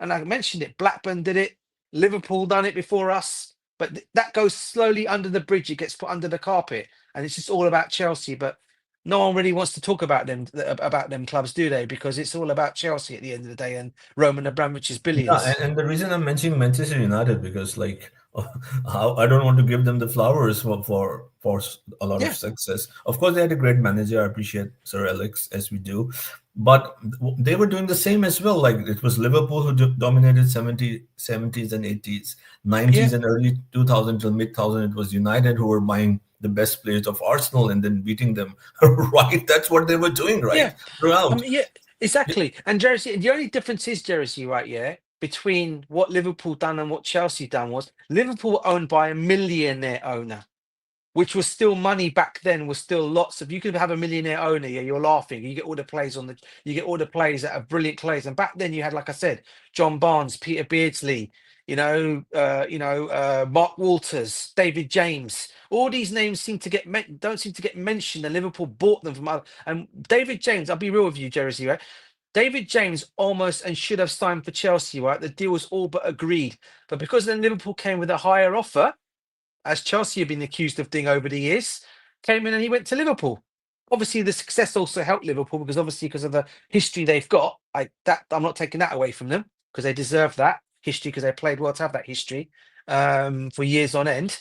But they also bought players as well. So, every time I get this thing of Chelsea buying the title and this, I get tired of that nonsense because every club has done it. They've spent money to help their ways of winning things. So we're no different. That's the whole You know what I mean? point of transfers and buying players. Yeah, exactly. Right. Exactly, bruv. It's to improve your team, innit? Yeah, right. And take you to the next what's level. wrong with that, right? Unless you would like to say, okay, you should only play homegrown players, then I understand, okay. But if this is fine, you buy the international talent, you buy, and there is a cap. And now we have FFPPSR, which is like implied very strictly. So it's you make the revenue, there's a way, how to do things. And now, if you talk about now, I mean the current model with 1.56 whatever billion pounds that we have spent. So people forget about the players we have sold, loaned, and how we have, in a very you're a guy of finance, right? So you can talk on this, like how we have balanced the book, so professionally. Yeah. They forget about the players that we have sold. If we add that, so we have done a great business in line with the ethics, in line with the principles. Exactly. And so and what as do you usual, have to say on that? I think they have done a brilliant job in terms of balancing.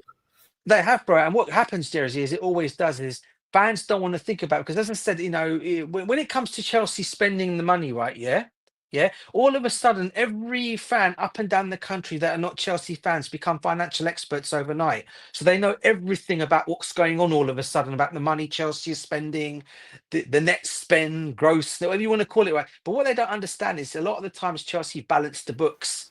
We've sold a lot as well as we've bought in a lot.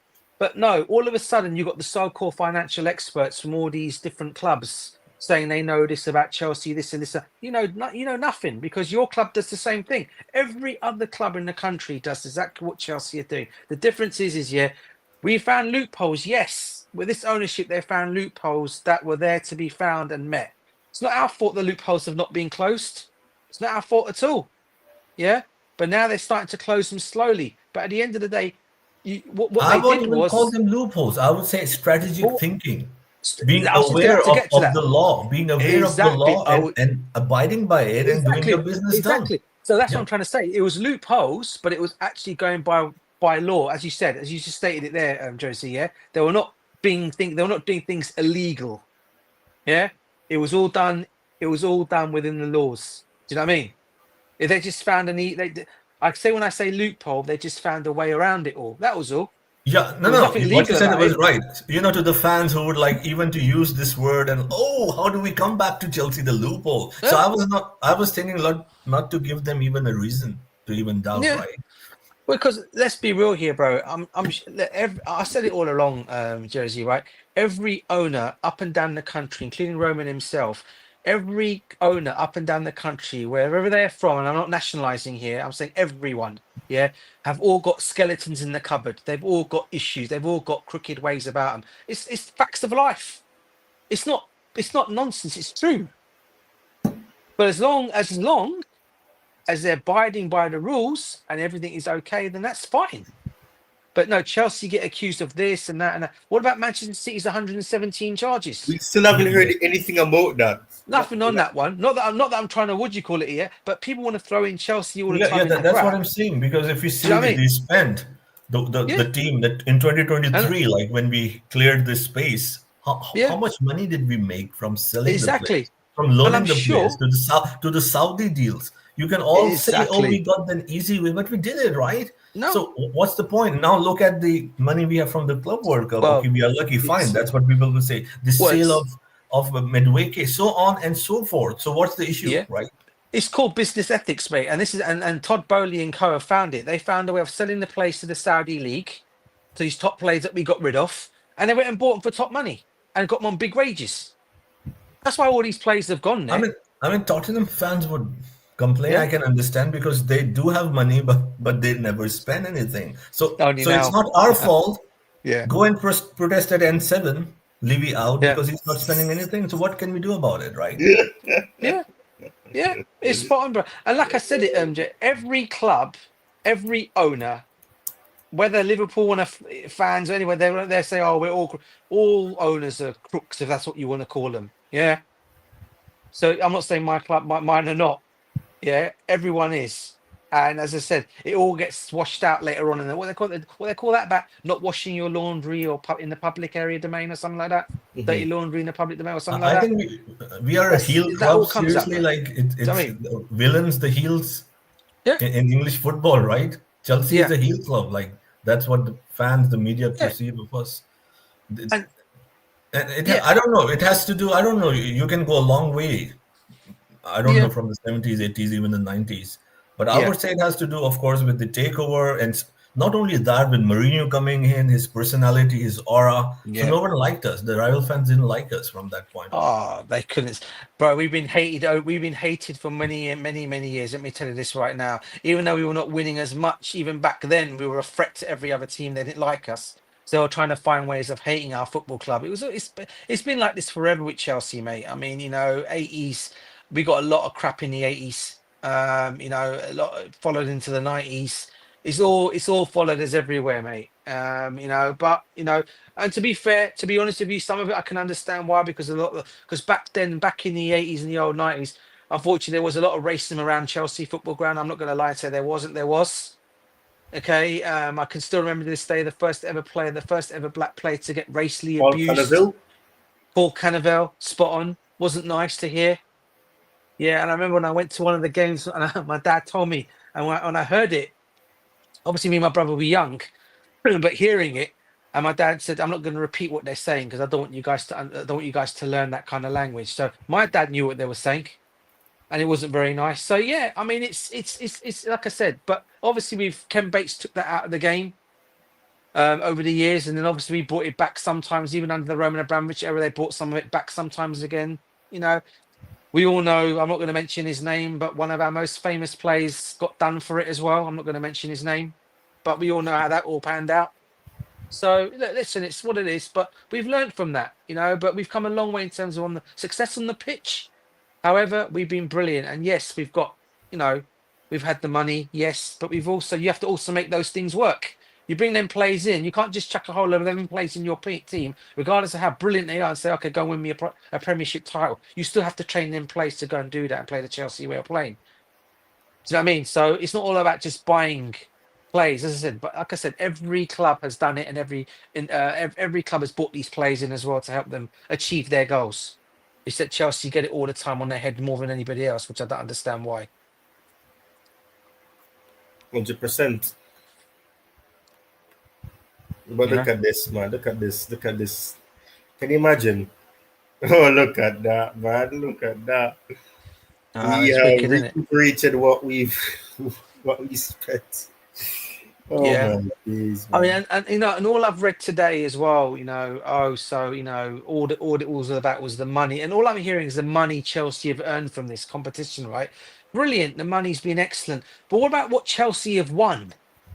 I don't care about the money situation. Brilliant, that's helped us, fantastic. But I'm a fan of my football club. They are all saying it's a preseason trophy, as a what they've gone and trophy. Done, what they've achieved. By the way, I don't understand. Seriously, it's a genuine. I mean, all the heavyweights were here. So how are they belittling this trophy? Even Craig Burley, our own guy.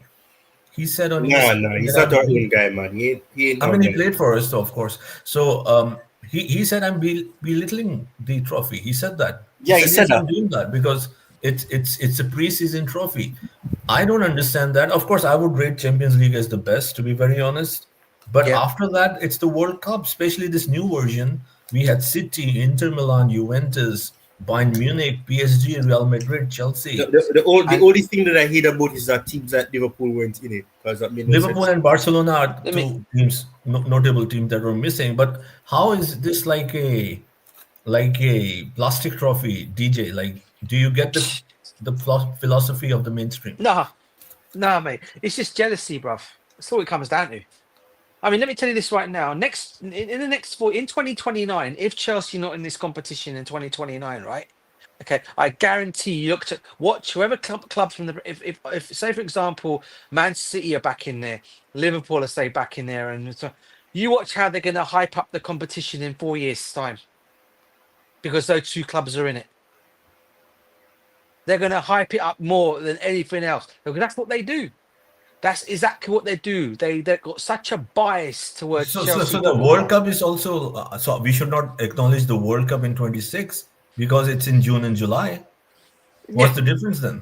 And we have like a record number of teams that should not even be there. I'm just saying if they are saying exactly, that, mate, then the World Cup 2026 is also a secondary trophy in my opinion. Yeah, and to be honest with you as well, I'll be honest with you, you know, being the holders of this trophy, right, as we are, in 2029, I feel we should be allowed to go and defend it. But you can't. You've got to qualify by winning the Champions League. But as winners of it, being the first time we've done it, as the very first team to win it in this ever competition since it's come into play, we should be allowed to defend that trophy. Am I right in saying that? Definitely. But we're not. They're not going to allow us to do it, though, are they? That's the thing. Because it's not going to be fair to the other clubs. I mean, it's stupid rules, man. And you should do. You know, if you're going to win a trophy, you know, you go and defend that trophy. Correct me if I'm wrong here. If you win the Champions League, are you not automatically in it the next season, aren't you? Defending it, right? Yeah. Well, there you go. So why can't they not do the same for this? It's a world tournament after all. Because of their autocratic ways. That's what I'll say. If at least, even if though it would be bad for the players. At least, you know what I think. I believe that it should be the Champions League that determines it. It's like when you have. I mean, this is the thing. At least do that. I'm not saying they should do this, but that's like when you have World Cup qualifiers. Yeah, it's where you do something like that. Because as I said, Liverpool not being it made no sense to me. Because they did not. They did not win the Champions League in the last this or they and UEFA ranking doesn't have them here and all that stupidness. Yeah, proper. Okay, so let's get to the business now, as it's midnight. So the 2026 Champions League, Tyrone, DJ. So the stream that we are doing, the reason we are doing the stream. Yes. What's on the menu? The 2026 Champions League. Tyrone, you've been quiet for a long time, man. Yeah, go on, bro. Speak. You've been quiet. Yeah, I mean, you know, as I shared the video, you know, of what happened and the premise of why this stream was just put together. It was an emergency stream, you know. And when I look at the teams that are in the Champions League as well, the question that we have to pose is: can Chelsea actually win the Champions League in 2026? Let me look at the teams. Let me see if I can share. I have to stop sharing this.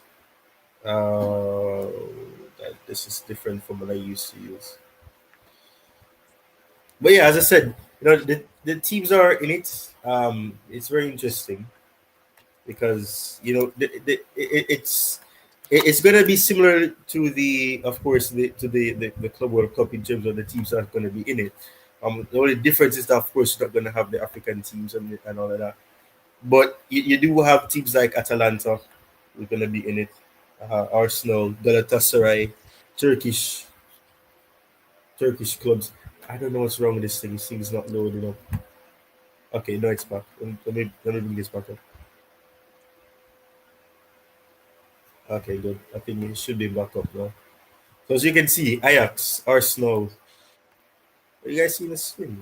My thing is frozen up. All right. Okay, good.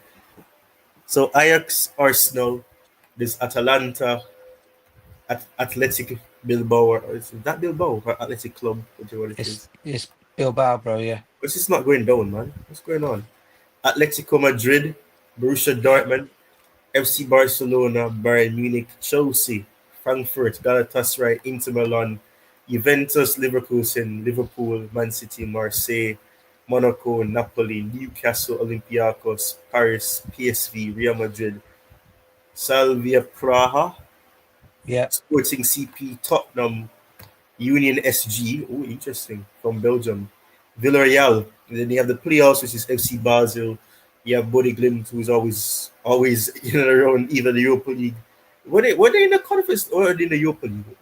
Oh, they were in the Europa League last season. I think they were in the Europa. I think they were in the Europa. Yeah, but they played against Man United. Yeah, they played Man United. Yeah, I was going to say, yeah, they did. Celtic, Celtic and what is this club from Austria? Stormgrass. Yeah. Stormgrass. And then third qualifying round is Benfica, Club Brugge, Fenerbahce, Feyenoord. You have Nice. Oh, well, this is so many. There's so many teams in this though. Second qualifying round, you have Braun from Norway. Yeah. Copenhagen. Oh wow, I Copenhagen. think they're called SK Brun, I think, if I'm not mistaken, or something like that. Yeah, it's possible. You have Copenhagen from Denmark. I don't know how to pronounce these teams. No, I'm sorry. What is this? Serbia.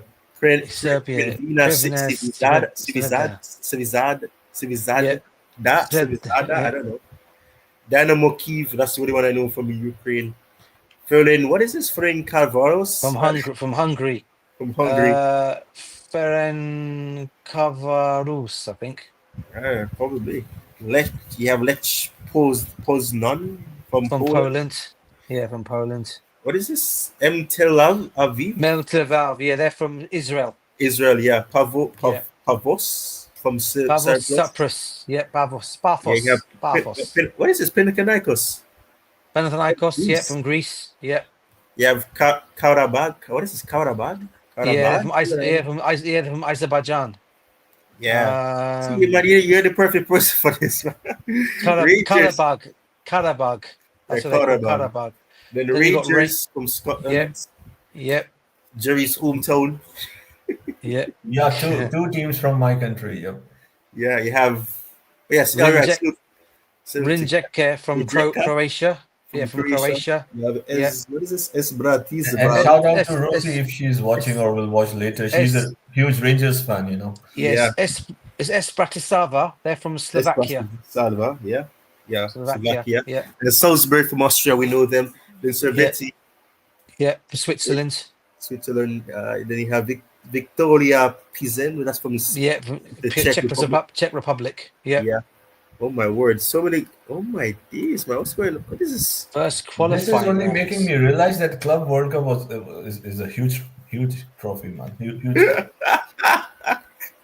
my God! Look at them all the teams that were in it. Copenhagen were in the Conference League, and they were. Damn, boy! You sure that's not? You sure we're not going down to the other competitions? How many is there? This is Champions League. It says UEFA Champions League. Oh my God! Oh, my days. How many of them will take on Flamengo, honestly speaking? Oh my God. What is this? Breda Blick? Where? Which one? This one. From where are they from? Oh no, I just Did we reconsider like Club World Cup? ISL. What country is ISL? Who are they? ISL. Oh my God, the screen is blocked out. Oh my days, man. God, man, that's one country I forgot. That's what I've named all. Been great so far on the countries. I'm not sure, but this one, ISL. Who's this one? Is from what? This looks like. Where is this? Israel? No, not Israel. Is it Israel? Not Israel. No, I don't know where that is from. ISL. Is this? Where this place be? ISL. Islam. Intercontinental Super League. I don't know. Oh my gosh. Oh my goodness, that's hilarious. Let me check where it's from. Anyway, so far, DJ, I don't know about you and Taron. The most unusual thing on the chart on the screen that I noticed, for me, the most unusual name. Yeah. What's that one? Tottenham Hotspur. Oh my gosh, I knew you're gonna do it, man. Finished 17th and playing the Champions League, man. Have some shame, man. Oh my days, mate. Yeah. They're from Iceland. Iceland. Okay. Iceland. That's what ISL stands. I thought it'd be more IECL. Right. I'm wondering, but I checked the league that they play in. But ISL. No, I'm saying from I don't doubt you. I don't doubt you, bro. I'm just thinking it should be It should be ICL. Exactly. Like ISL makes me think like, what was it? Like, is it? What is it? Ireland? Yeah. Iceland Super League, I would say. Yeah, probably. Oh my God, Iceland. Yeah, Iceland Super League. But I don't think that's it. No, that's not the name of the league that they play in, though. That's the thing. I don't know. Who the hell is it? Who is Budakunus? Let's move forward, Taro. Let's move forward. Budakunus. Then you have different Danji. What is this?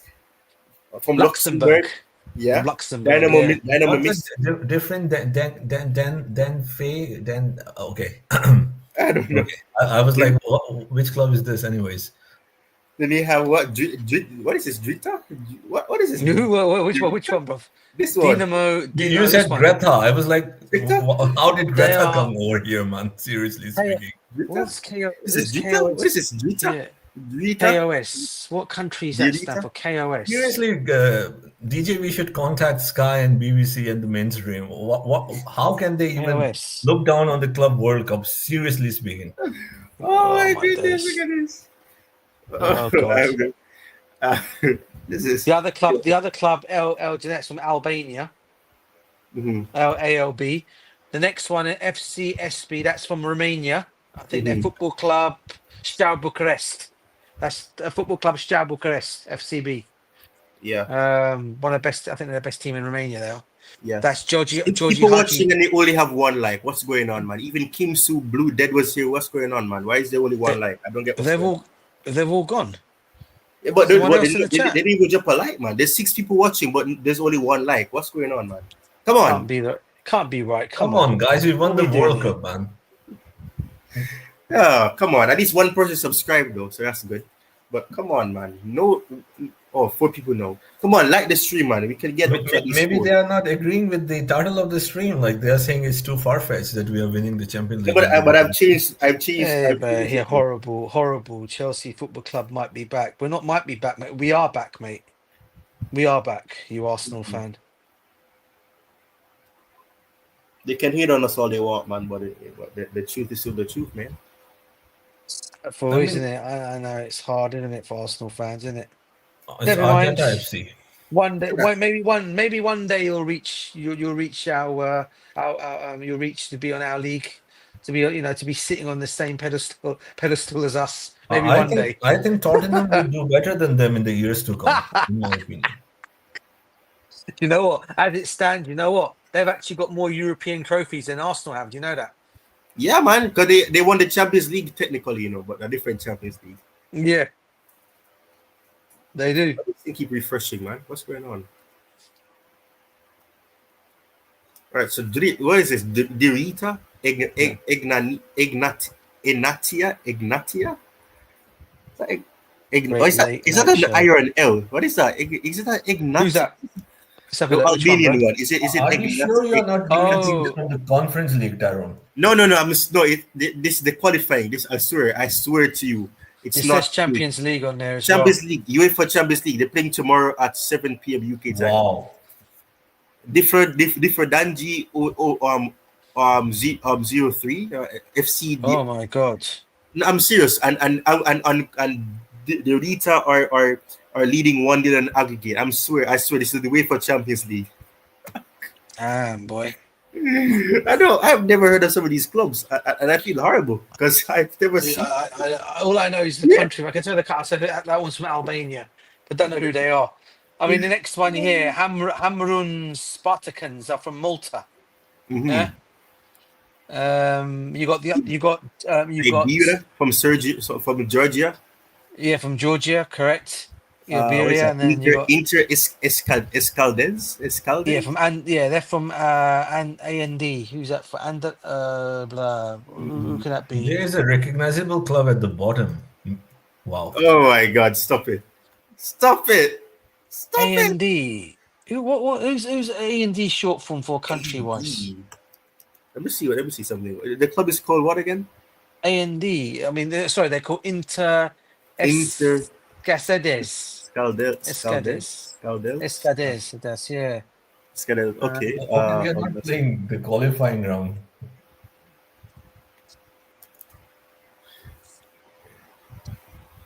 Andorra.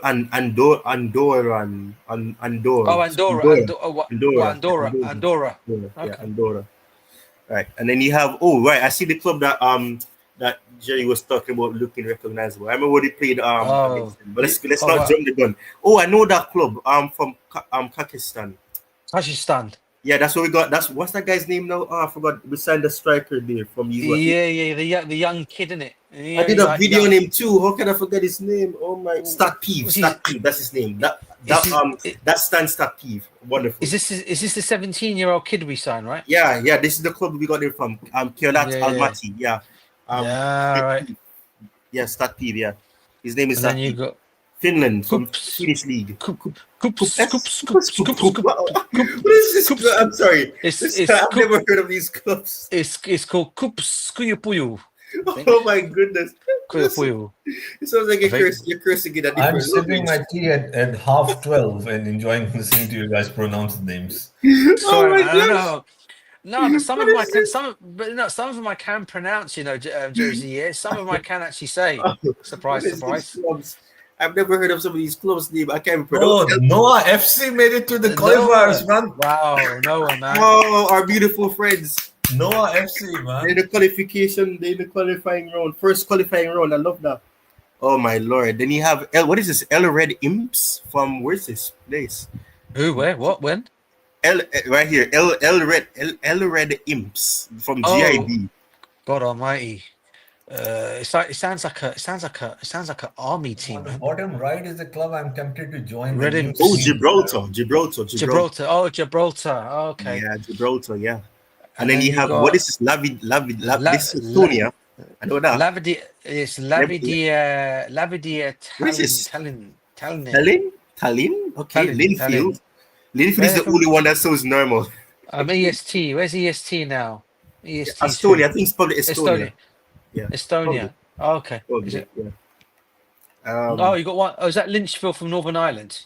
Yeah, it is. Yeah. Then you have Okay. Ludogorets. Oh, they're from back. They're Bulgaria. back from Bulgaria. They're back in it Bulgaria. again. Wow. Yeah. Okay. Malmo from Ludogorets. Sweden. Malmo. Women Oh, would play Malmo. They're Malmo. always around, aren't they? From Sweden. What is this? Uh, Milsami? From Sounds what is like MD? It sounds like you're saying Mississippi. Mississippi.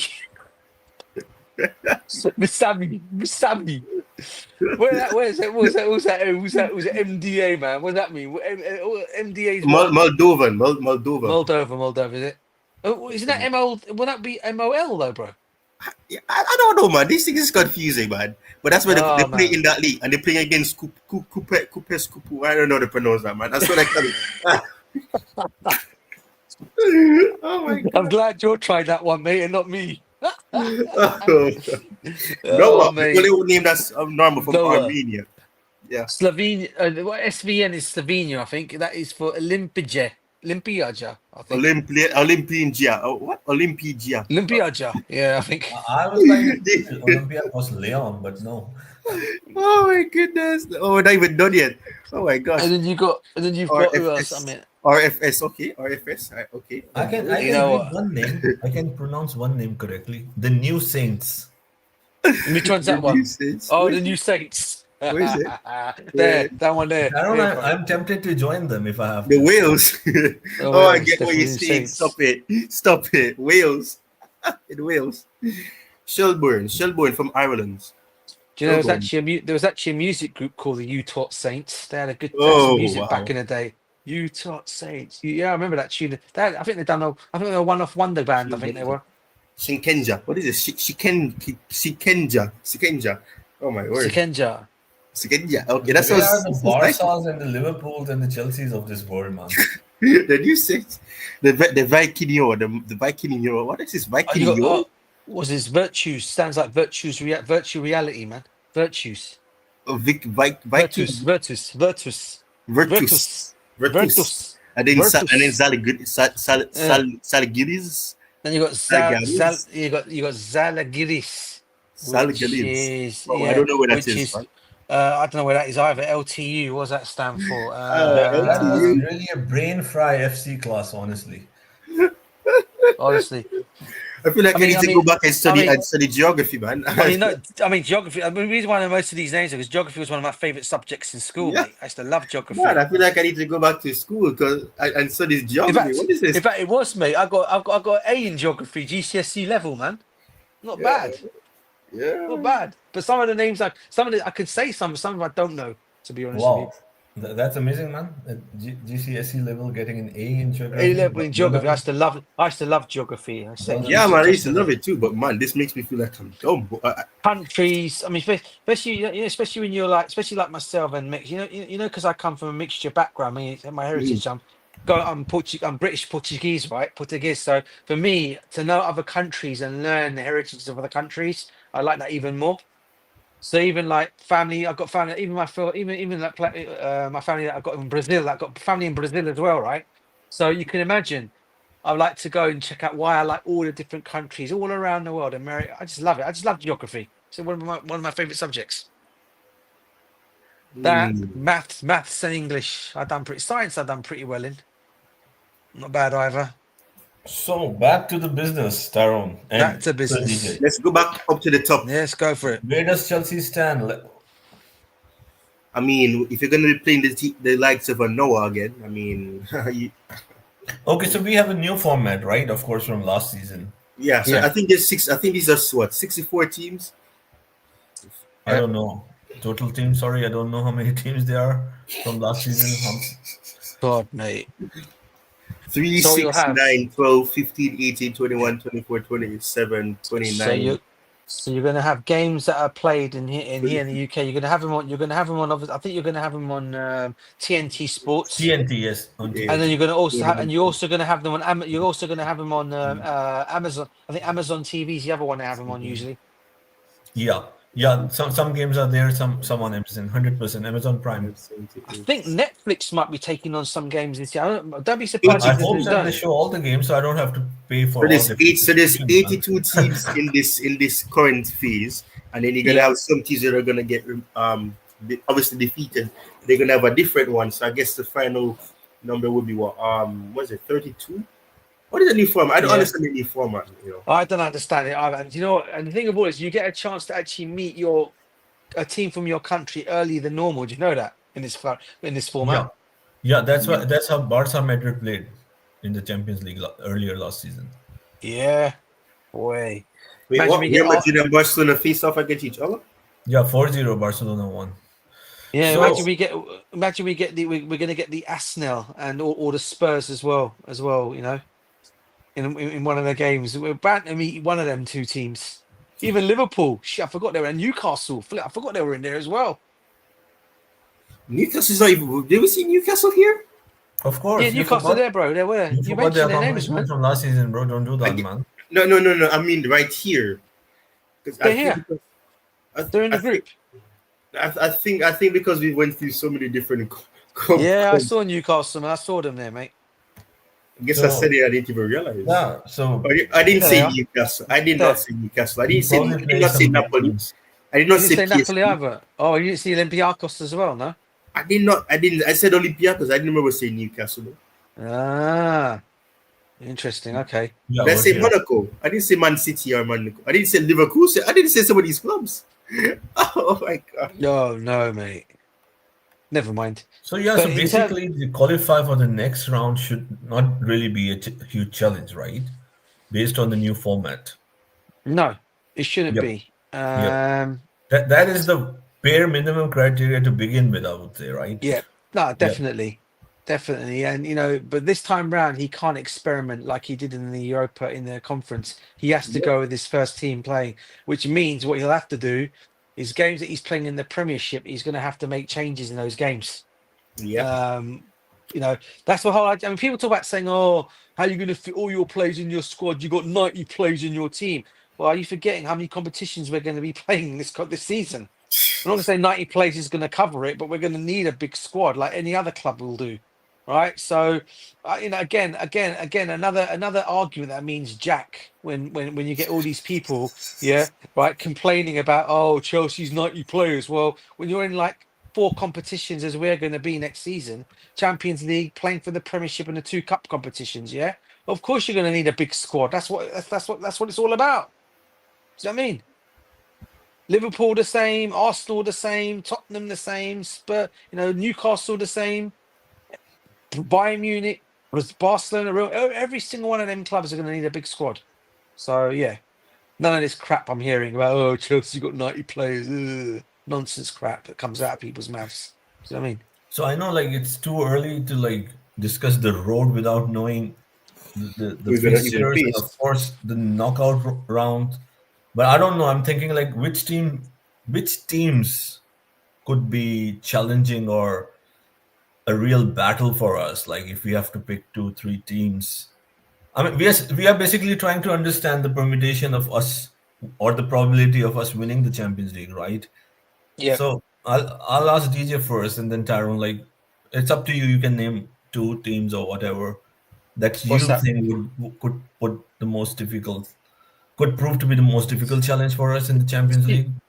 I'll be honest with you, Josie. Yeah, when you're in the Champions League, yeah, every club gets there for a reason. Every game is going to be a tough game because every team has got different ways of playing, and this is why I never write off any team in the Champions League because anyone can beat anybody on their day. You know, but if you were to say to me to really put it to this, I think it's going to be a tough test. I've got to throw Liverpool in there. If we ever come across them, Bayern Munich is another. Barcelona, Real Madrid. I mean, you can even put Manchester City in there. All these clubs are dangerous, mate. Until you get to stages, because obviously anyone, like I said, it's what do you call it? Anyone can beat anybody. So, and you can still qualify for the other stages along the way. So for me, it's a very difficult one to answer. Which teams are going to be difficult? Definitely, you're spot on. So Tyrone, the current Barcelona, boss. What do you have to say on that? Barcelona, Liverpool. Barcelona. You don't think PSG will be a threat to us again, bro? Do you know what they'll improve their team?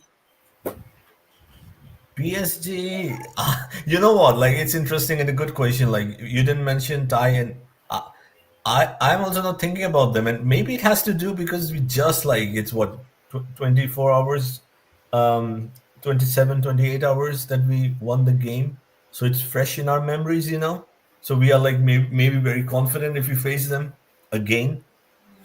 I think we'll win again if we face PSG. To be very honest, I think we'll win again. I would say if you have to pick two, would be Liverpool and Bayern Munich.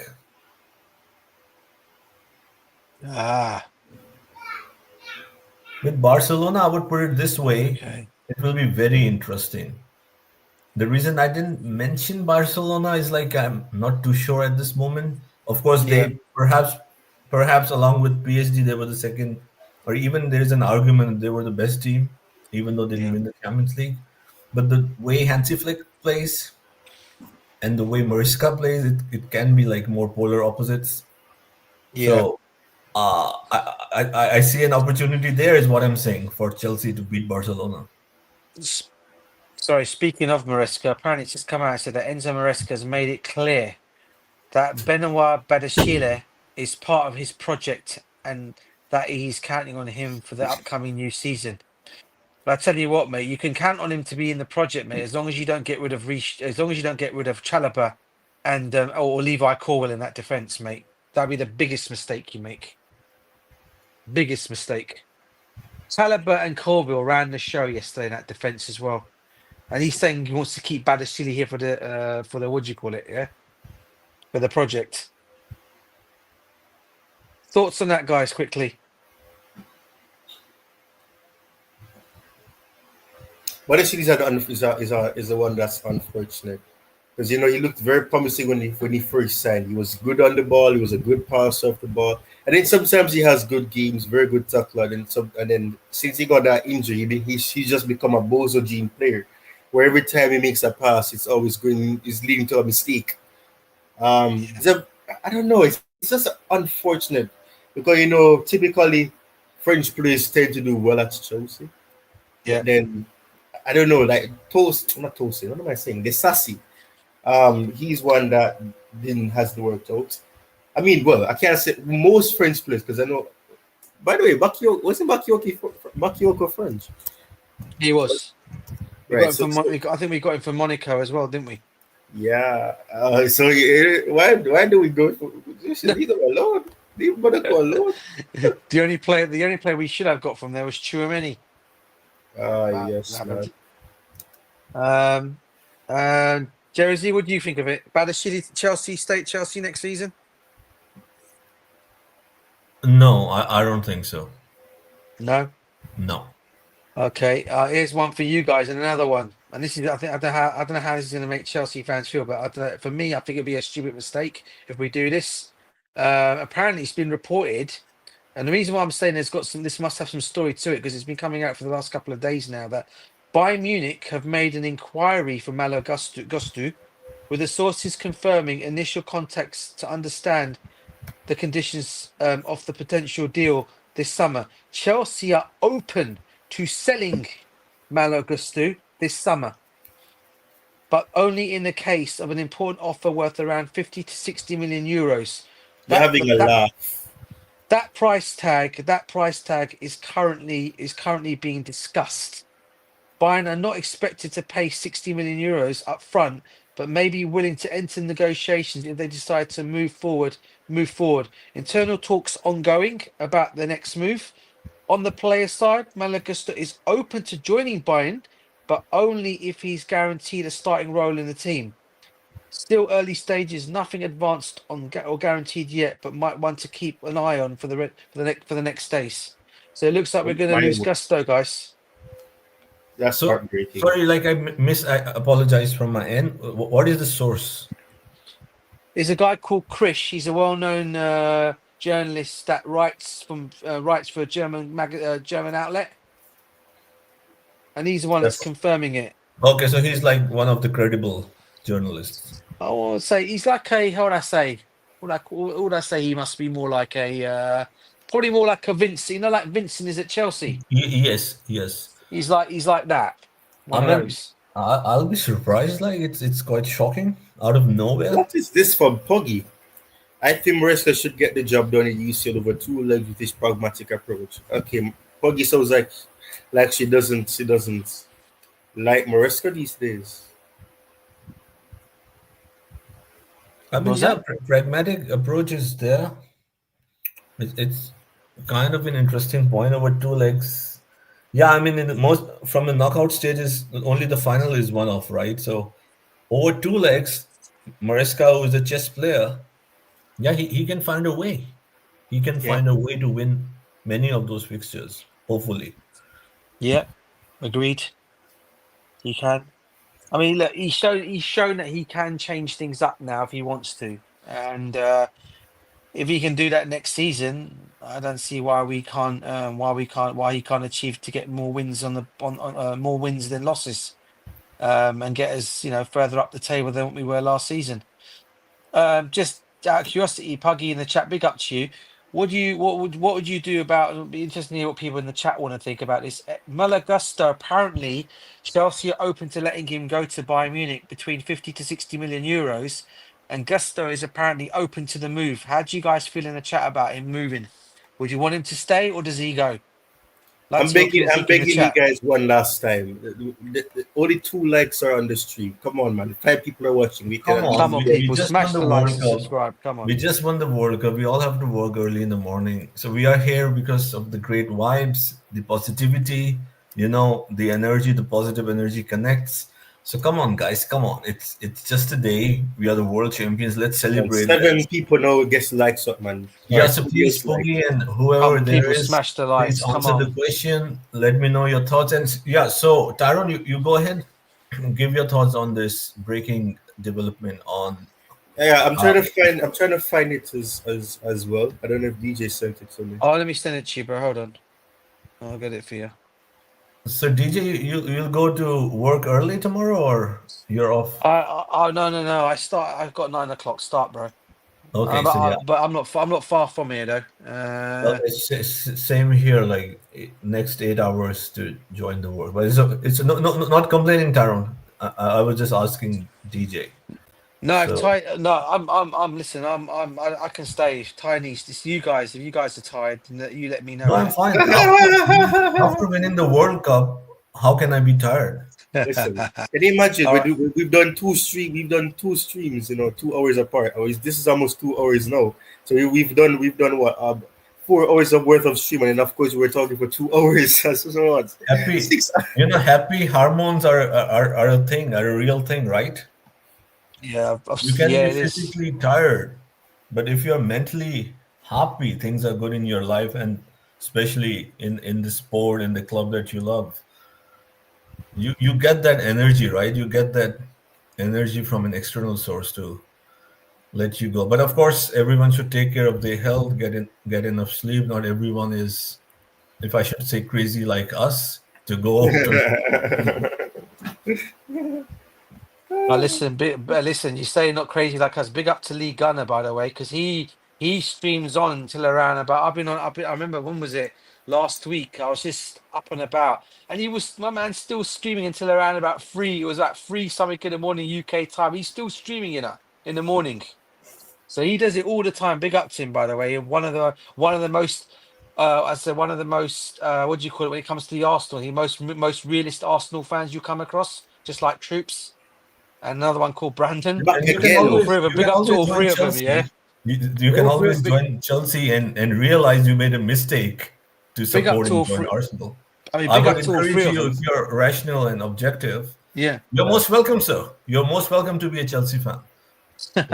Now, big up to all 3 of them because they say how it is, and that's what I like about it. They're straight to the point. They don't none of this gassing around. You know what I mean? They're straight to the point about Arteta and their club. Whereas you get all the other Arsenal fans like, oh yeah, well, you know, where those 3 are like straight to the point. Do you know what I mean? Yep. So go ahead, Darren, with this development. So breaking. It was not break. It's not breaking, no. But this is a 3 hours ago. Yeah. Malo Gusto. I'm going to try to do it in the best accent I can do. Bayern Munich have made an inquiry for Malo Gusto, with sources confirming initial contact to understand the conditions of a potential deal this summer. Chelsea are open to selling Malo Gusto this summer, but only in case of an important offer worth around 50 million to 60 million euros. That's the price tag currently being discussed. Bayern are not expected to pay 60 million euros up front, but may be willing to enter negotiations if they decide to move forward. Internal talks ongoing about their next move. On the player side, Malo Gusto is open to joining Bayern, but only if he's guaranteed a starting team. Still early stages, nothing advanced or guaranteed yet, but might be one to keep an eye on in the next days. And this is Malo Gusto grabbing the shirt of Chelsea. Don't tear off the kit, please. I'm not getting it to be. My head is not making any kind of a sense at this moment. Like, first of all, why would Malo Gusto like to leave Chelsea? Exactly. Seriously, like I'm struggling, guys. I'm struggling. You see, the problem is now what we're going to have now, Jersey and Tyra, is all our players have now achieved something that every club's now going to look at and think. Every club's going to look at and think that player for me, that player for me, that player for me, and they're going to look at our situation. But what people got to remember is we're in the Champions League next season. We've just come off probably one of our best seasons under Maresca. Okay, with the 2 trophies and finishing 4th spot. And they really think we're just going to hand over our players just like that, our top players just like that. I mean, what are we doing? And the Reece James, we all know, injury prone. The best right back, definitely, but if you see the last 100%, man. So how can we let this guy go? And who is improving, and player... yesterday, you can say, like, man of the match, if you want to say that, alongside Sanchez. The only player who can come in for Gusto, if he was to go as a backup, will be Achimpong, right? But again, you know, I rate this kid highly, and I hope he doesn't go anywhere because there's been a lot of talk about this kid's future as well. And it'd be a madness if we were to sell this guy on. But if he goes to Bayern, Gusto right back, Alfonso Davis, left back. Oh my days! It's going to be crazy, isn't it? And this is again, why are we open to selling our good players? I mean, you know, this is, you know, there are so many other players you can get rid of in that Chelsea team that are not needed, like your, like your Raheem Sterling's, like your, who else is in there? Raheem Sterling. You've got, I don't know, dare I say, Ben Chilwell's another one you can let go. You can let go of. I mean, I'd rather, you know, even though they play different positions. I mean, you got who else could you sell from? I mean, Noni Madueke's gone, so he would have been one of my other options to have gone. I mean, you know, but to sell one of your better right backs, who I thought was he absolutely had a phenomenal game yesterday against Paris Saint-Germain, and let's talk about they will be willing to sell him. And then I'm reading on top of that, Chelsea actually willing to let Nkunku go for just a measly 35 million. I mean, what are we doing here again? Yeah, I'm surprised. Unless they have a backup, unless they have a plan, which they should, I would say, like, who they want to sign. But right now, it's not a good time, right, guys? Because we are developing, and this is a very, very important player at a very important position. Fullbacks, as you said, Yeah. Tyrone, the most important position in Enzo Maresca's system. So we don't want to like disrupt the progress and the development right now.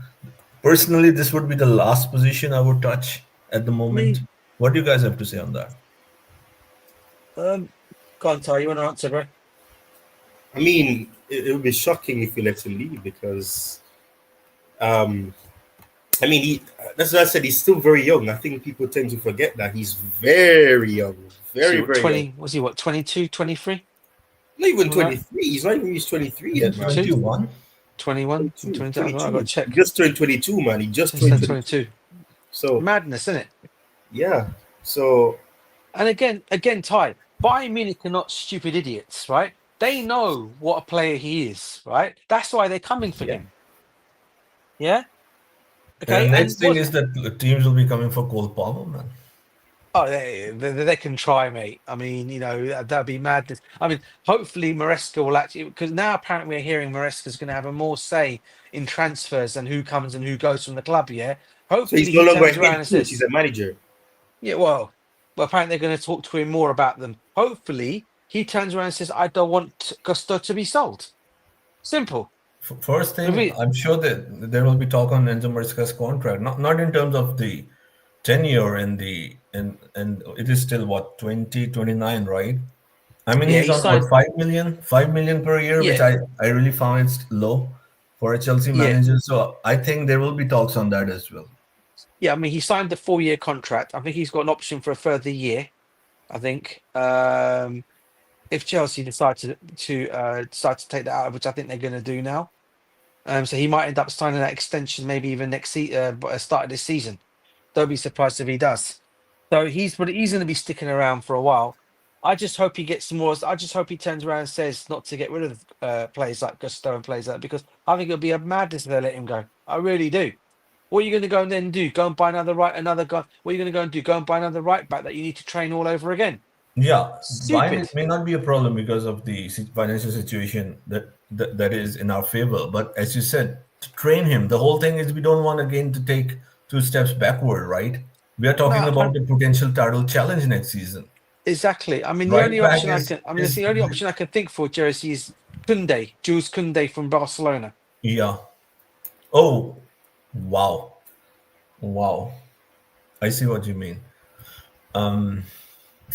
But still, like I don't know. I mean, right now I'm taken by surprise when you shared this news, so it's difficult to make sense of it.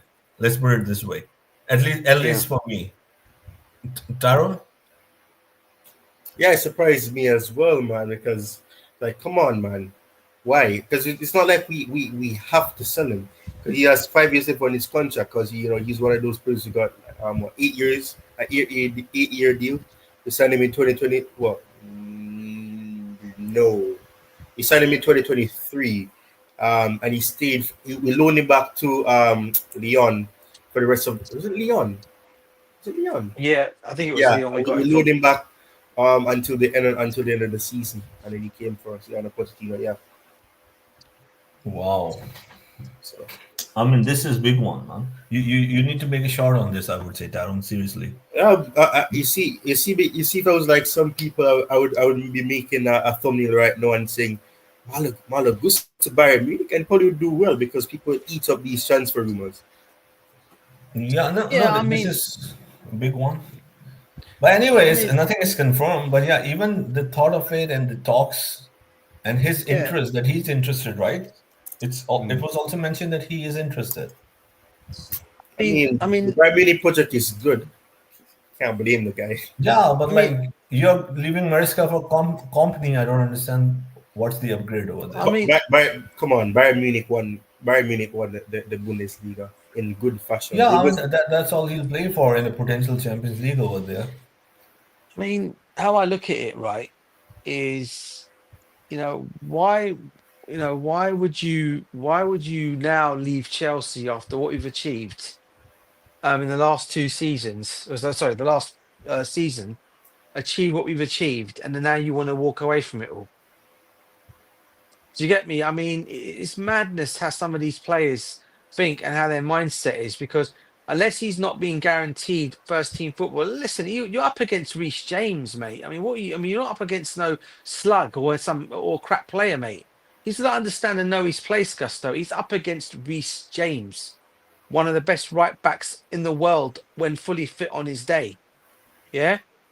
I mean, you've got to take that into consideration. But if he thinks he's gonna go to Bayern Munich and get first team opportunity there, then I wouldn't sell him for 60 million. I'd probably put 80 to 90 million on his head.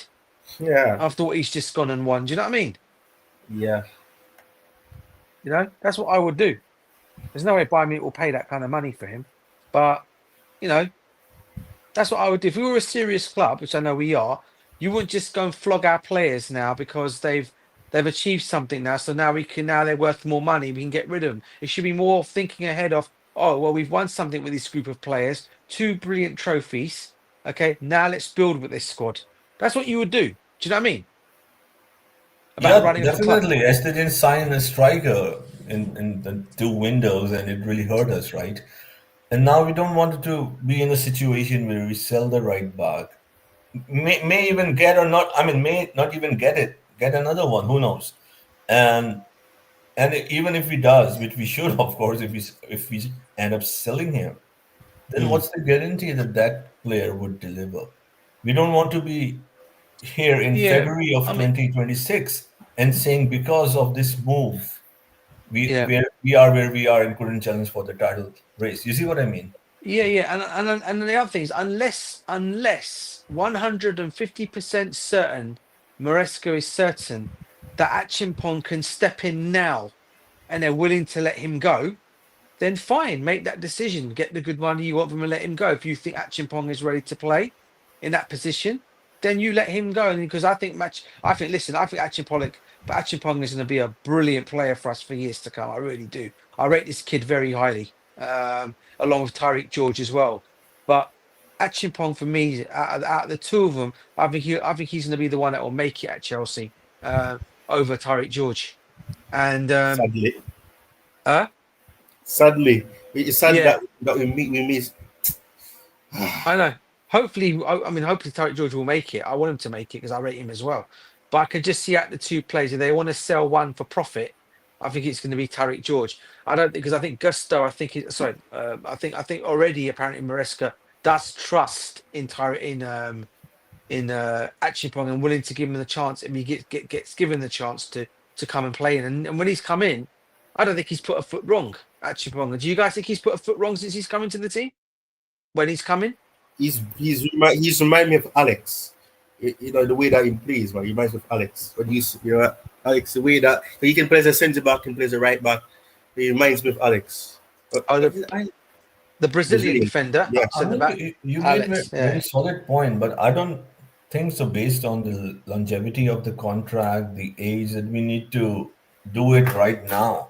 We can, if we want to sell him, let's say, we should do it next summer, I guess. Legend GFC Govern. Big up, Govern, bro. Big up to you, bro. I mean, anyways, we need to see more how it unfollows. You know, like what are the developments? Right now, I'm just like phased a little bit. Oh, what's that? One of the best games that he played yesterday for us, and now we're hearing this. Yeah, that's spot on, bro. I mean, it's just. I mean, you would think as well. I mean, after winning that tournament, why are we having our players all of a sudden being linked out to clubs? Mm-hmm. It's like, you know, usually it would be the other way around. Munich would be one of the biggest, or are one of the biggest rivals in the Champions League. It's so. Yeah. But my point being is, Jay-Z, is why would you, you know, after you've just won a major tournament, right? Why would you talk about players leaving Chelsea rather than players coming in? That's what usually would happen. I'm going on a. Big up, Darwin. Big up. Darwin, big up to you, bro. GMC Govern. Yeah, man. Sorry I'm late to the show. You know, I was trying to give my daughter some daughter time. Darwin, as they say, lateness is greatness. Yeah. No. Lateness is not. Lateness is greatness.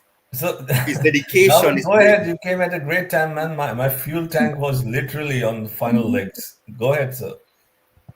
Oh yeah, I'm just here, chilling with my daughter. I was having some daddy and daughter day, But Oh, yeah, man, nice. I was sorry I'm late, man. I'm late. Where we at? Because I got a lot I still want to talk about, man. Yeah. Malo So Gusto. let's start with surprising GFC Govern. Go ahead, Tyrone.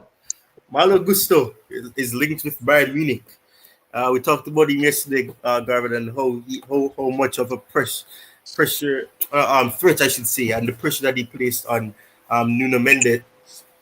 So Nuno Mendes, yeah, I don't think Malagusto is gonna leave, to be quite honest. So little stuff like those, I wouldn't worry about. None of the squad player that we got right now. I don't think that none of these players gonna leave the team. I think that we're gonna keep this main squad for a long period of time. If you notice, like all the players have long contracts. It's only the ones that doesn't fit in. It's the one that's gonna go. Like I keep on telling you guys for like the last 2 year and a half, about Nodimadi Weke and his attitude. Now I Yeah. see everyone is running with it, and something that's been I talk about from last season, preseason. Yeah. So Nodimadi Weke was one of the bad apple, and I keep on telling people that Nodi Madueke think that he's the star of the team, like Cole Palmer, but Cole Palmer is the out and out star for of the team. But Nodi Madueke want to put himself in the same situation or the same category, and that's Yeah. what Nodi Madueke, one of his biggest problem is Nodi Madueke. Not saying I have anything against the guy. I'm just saying that his attitude was really wrong, and you can Yeah. see it. You can see it. Like he doesn't fight or chat back enough. Off the camera. I know DJ. You probably can say can because you go to a lot of matches. Off the Yeah. ball. When you watch it on TV, as I always tell people, the camera follow the ball. But Yes, it is. behind, Yeah. if you notice, Nodi Weke, it doesn't put the effort in like a Pedro Neto To run back. will drop back. Look at the game yesterday. Look where look where Pedro Neto. He's right there playing as a left back when he's supposed to help Marco Corello can chat and go inside, can go wherever he needs to go. So Yeah. Nodi Madueke doesn't give us that that width and that defense stability like what we got. And as I keep on telling people, like when you're building a great team, you have to know how you build a great team because you cannot build a great team like the likes of a Paris Saint Germain when they got all the big names. If you notice, like who's playing on the left, who's playing in the Yeah. center, and number 10, who's playing on the right wing. None of those players are tracking back. Plus, you got a striker. So you're down 4 men in defensive third. To build a team, everyone have to put in shifts. Like look at Cole Palmer. He put the shifts in. He never stop and be setting his pants when he make a run or trying to set his ear or fix his ear. He's out there to play. He doesn't care about Yeah. nothing else than just follow the ball. And try Yeah. to go in spaces. And when you're building a team, that's exactly what you need to do. You have to have player that's gonna willing to run and fight for the badge. It's gonna do everything is possible to help the team, not only as an attacking force, but as a defensive force. And those are some of the things. But as I keep on telling people, like Mario Gusto is a very good one-on-one defender. No Yes. one can get this twisted. And a lot of Chelsea fans is talking about he's not good defensively. They're not watching Chelsea. When I heard a lot of Chelsea fans talk bad about some of the players, I know for a fact they're not watching Chelsea. They're just watching just to find things to criticize. And one of the main thing, DJ, why I don't really do a lot of streams anymore like that. I'm waiting like when the Premier League started, I'll do streams. I Yeah. can sit here and go off the news. I've been telling Ty, like, if you follow the media, like when you're gonna hear stuff and you're gonna just react to it, you're just gonna fall into a negative situation, like what they want, exactly what they want you to do. And I'm not gonna find where I'm gonna talk bad about Chelsea. If I see Yeah. something and I study it and I can look at it and I can look at it and say, okay, Chelsea need to do this, Chelsea need that. Like I'm not afraid to say that we need to improve on stuff like this. But to sit there and see a lot of Chelsea fan, just being saying stuff just to get views, that's not how I want myself to be known at, because my kids and everyone, man, know that, man, Chelsea, I bleed blue, like 100%, bro. yeah. 100%, So mate. yeah, so Malagusto is a very important player for this team. He's not really good at the invert at this moment, but we're gonna have a lot of games that we're not gonna need invert, because we're gonna need right back to be right back, left back to be left back, especially when you go up and against these big teams. You know, as I was me and Ty, what we normally talk behind the scene in our group chat. You know, when we're gonna play against a big team, we're gonna see more likely a three-man Yeah. midfield with the number 10. We're gonna use one winger. That's what I was trying to tell that guy Dan, but he didn't get it, because I Yeah. already told him I know that's exactly how Chelsea was gonna play in the final, and I was telling Ty, and we all was agreeing, this is the way how you beat a team like Paris. Chelsea Yeah. have to pack the middle. Paris Saint-Germain, their biggest outlet is when their midfield, and they hit it. They hit it to their two wing back, because they play so high. They play so high that if you can find the space behind it, and when they lose it, you can kill them. And that's exactly Yeah. what we did. Because I listened Yeah. something on sports, talk sports, and they were talking a whole bunch of crap. Because first thing first, they were saying that this is a As preseason. This always. is a preseason trophy. Yeah. You know, how this supposed to be a preseason trophy when the season haven't finished? Chelsea didn't go on on, Snap up the on like break button, and then people. come. Go on. Yes, speaker, hit the like button, people. We're getting some real breakdown today, guys. Hit the like button. Yeah, you missed the earlier stream, man. I should have done that stream right now and do this stream earlier today, because we did a whole great takeaway and everything, and we spoke about it tactically. So go on, Gordon. Yeah, I was listening, but I was at work, so Yeah, I'm all for it now, so I just can give my 2 cents. yeah, But but but when we look at it, right, and to see that people still trying to put down the trophy that we won, this is the best trophy. This is the best trophy club football can ever have. This is the world trophy. This is Yep. team from all over the world. This is not just the Europe. You know what I mean? The European teams fail because they underestimate a lot of these local or small country. Like the Brazilian and the Argentinian. They underestimate the power of South American football. It's not Chelsea fault. While Man City, I was watching the replay when all the teams show up. Man City, their captain and defender, the Portugal defender, do it. I'm not going to even call their name right now because I'm not a Man Ruben City fan. Diaz. Ruben Diaz. Diaz. They Yeah. all said that, oh, we come here to win this tournament. This tournament is very important to us. When you go to Real Madrid, they interview all their players when they just landed, and the same thing pop up. They all said they want to win the tournament. So now, why people is trying to downplay the tournament? Like, I don't think you should downplay any tournament. A tournament is a tournament. We have to win to be in that tournament. We won the Champions League a couple of years ago or 4 years ago. So that's why we qualified to be in this tournament. I don't think Paris Saint-Germain qualified to be in the tournament, to be quite honest, because they'd never win the Champions League in the time that it should have won to be in the tournament. But we're not gonna take anything from them, because they went to the final. So maybe that's why they're in there, because Borussia Dortmund went to the Champions League final too, and Atletico Madrid, and they never won it. So maybe that's the reason why Paris Saint-Germain probably get a little squeeze in. But yeah. That's the Chelsea did, ranking, UEFA ranking, because they were yeah, second best numerous times. That's why. yeah. See, So you see how I look at it. On everything you just said there, Gordon. First of all, the reason why they're turning their nose up on this competition is not because of the competition. It's because Chelsea won it, bro. That upset every single person up and down the country that Chelsea won it, especially if you're a rival fan. Yeah, that upset them all, and they couldn't bear to see Chelsea holding that trophy, because let's be real, it's obviously the first time the competition is being played. Obviously, it's not going to be visited again until 4 years. And who writes the most history on it all? The first ever club to win it in its new what do you call it? In its new turnout, Chelsea Football Club. And that is just at the moment. I remember seeing X, that going down on X was absolutely affecting the amount of crap, the amount of meltdown on X. I don't think I've ever seen such a meltdown on X as I saw from fans when Chelsea won it. And that's what it's going to be about, bro. It's because we won it. That's the reason why people are putting their nose up on the competition, because everyone gave us no help in hell. No one gave us a hope in hell in this competition.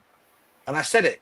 You write Chelsea off, you write them off at your peril, because of anybody that actually follows football, including these so-called football experts and pundits and journalists, you would know you never write Chelsea Football Club off in a European final. And they Garvin, did we were that. talking about these so-called analysts and experts, and Garvin and we were all discussing yesterday on the show as well, like before we ended the stream, I guess, Garvin, that they were like, oh, we cannot match the intensity. So Garvin is like, man, it's so embarrassing that they are saying, and most of them have played professional football. They should know better. That we have to match intensity. It's all about the intensity. So yeah, Garvin, would you like to add anything? Yeah, that's what I've been saying from ever since. A lot of these pundit, like, I think, as I keep on telling people, like, I think they're scripted. I think they script a lot of these stuff that these people come out and talk. I think they're trying to make the Premier League look like a soap opera league, or soap opera, because they when they talk the epoch that come out of their mouth, the BS, come out of their mouth. Like, a lot of people tune into it, so I think they do it for the clips, and I think they're doing it and think they're in Hollywood. But come on, man, this is football. Football is not no normal sports, man. It's a sports that bring peace across the world. It's a sports that I see that back in the days, it stopped violence, especially in my country, Jamaica. When Jamaica qualified for the 1998 World Cup, it was one of the most peaceful time in the whole entire Jamaican history, where no violence at all, like nothing happened in that time when Jamaica qualified for the World Cup. The whole entire country come together. So football should be like that, man. So some of these pundit, man, I know about the rivalry and the banter, but when it's due for a team to get praise, man, or whatever, you have to give credit where credit due. And that's why I can understand with a lot of these pundits and former professional footballers and people that play the sports, because when they're gonna say that Paris was a half day, Paris didn't have a half day. Chelsea forced them to have to have a half day. They didn't go intentional to have a half day. They're gonna say that, oh yes, Paris Saint-Germain have more position. If I'm leading 3-0 or not 3-0, why would I come and press you like I was pressing you? It's time for me to sit back and counter you. Like, you can have all the position that you need, as long as you can't break me down. That's what one of my biggest thing about these pundit, man. Like, about the game because you play the game. Let's speak about the game and educate people, in the right way. Like, stop lead people astray, man, especially the younger people, that's coming up. Like, teach them the right thing and don't make this seems like it's a soap opera, because you guys got a big big what you want to call it, fan base, and a lot. Yeah. Yep. Let's a big paycheck and lavishing lifestyle. Yeah, so those are my biggest thing with the game, or where the game is going now. A lot of people are, because a lot of people are living in the past because something never happened. They expect it like it will never happen. Like, anything can happen in life. Like, you can underestimate nothing at all. No one, no team. Look at Leicester. I know that Chelsea is the youngest team. So I see a lot of people been saying that, oh, we should now go challenge for the title if we want to say we're the best team in the world. It don't have to be that we prove to everyone that we're building something. None of us can sit here and tell how it's gonna go next season, because football is one of the most unpredictable thing. You can have multiple half day. You know what I mean? So when everyone is talking, man, look at Liverpool. No one expect Liverpool to win the title last season because they got a new manager, but they still go ahead and do it with a new manager. Chelsea did it with Antonio Conte. We could bring in a new manager, we go ahead and win it. We're bringing Jose Mourinho, we go ahead and win it. So football is unpredictable. And that's where I want the football to go back. I just want the game to go back where we can banter, but banter with common sense and knowledge. Where you can teach. People, like, because banter is there because rival is rival. But at the end of the day, man, the crap that I'm being seen on social media and through some of these big outlets, man, it's just full of BS, man. And it's time for football to go back to where it used to be, where you can sit and enjoy the game, even when you win or you lose. You can just enjoy the game. Give a Chelsea their props. We beat the best team in the world. No one see the weakness in Paris team. Everyone go there and get battered. Real Madrid get battered. Every team that you put up against them get battered because guess what? No one take the time out to study Paris and to see their weakness. If I can sit here, DJ, and I'm not a certified manager like some of these big teams got, even though I know a little bit about coaching. I dedicate all my entire life, man, watching the game week in, week out for multiple leagues, and I can see the weakness in Paris team. Ty could have seen the weakness after we're having our conversation. I listened to his point. He listened to my point. Jerry could see it, the weakness. And the same way how I was telling him about the weakness, that's the same way Mariska go out and play.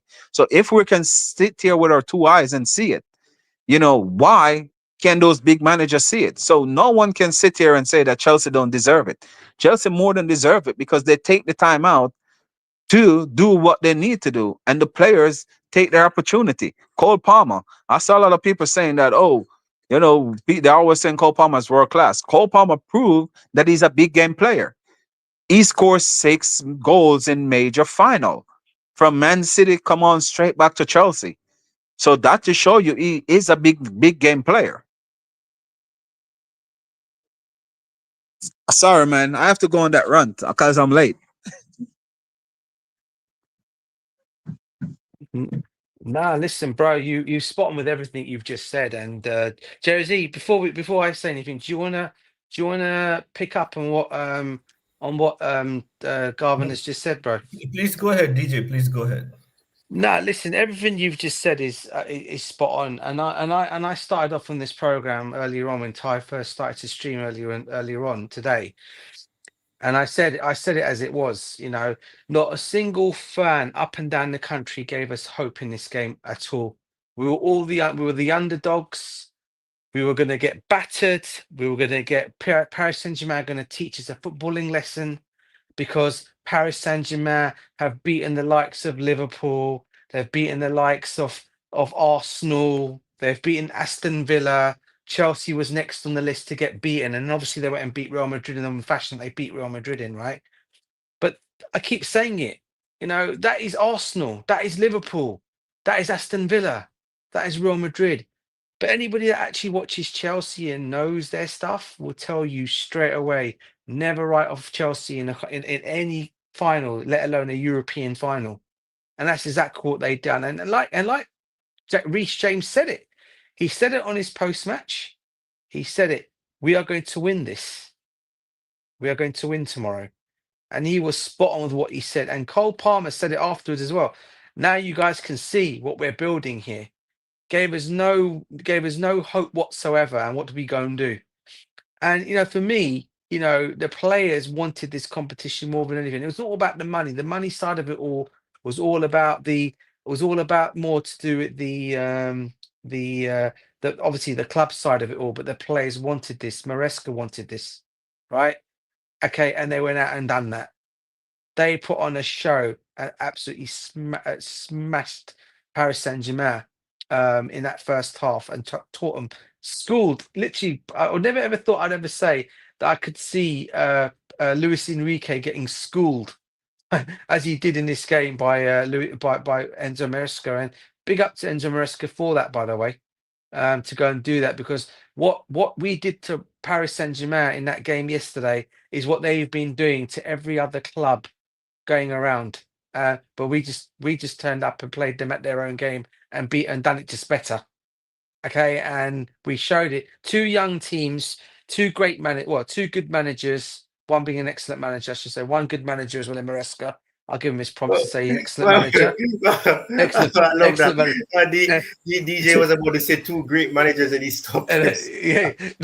Two excellent managers. Obviously, one being a world class manager in Luis Enrique, but obviously now In Maresca. in Luis Enrique, right? But I'll give Maresca his excellence for that, yeah, because he obviously for him to go and win two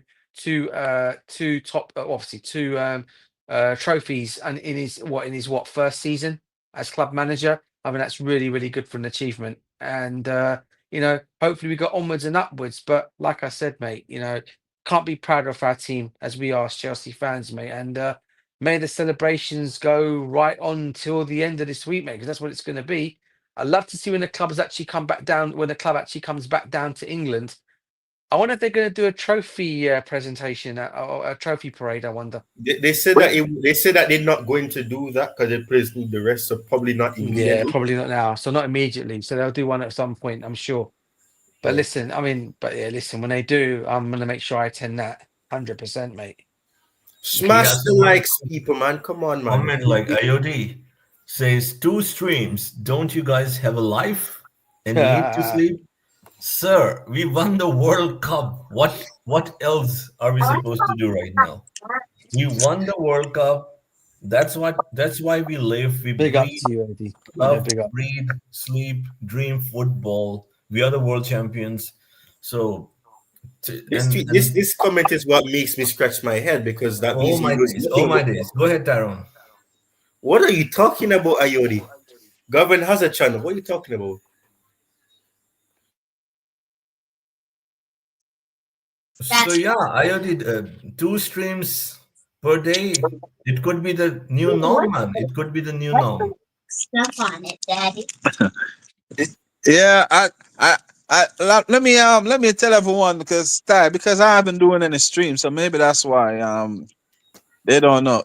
Isabel, go.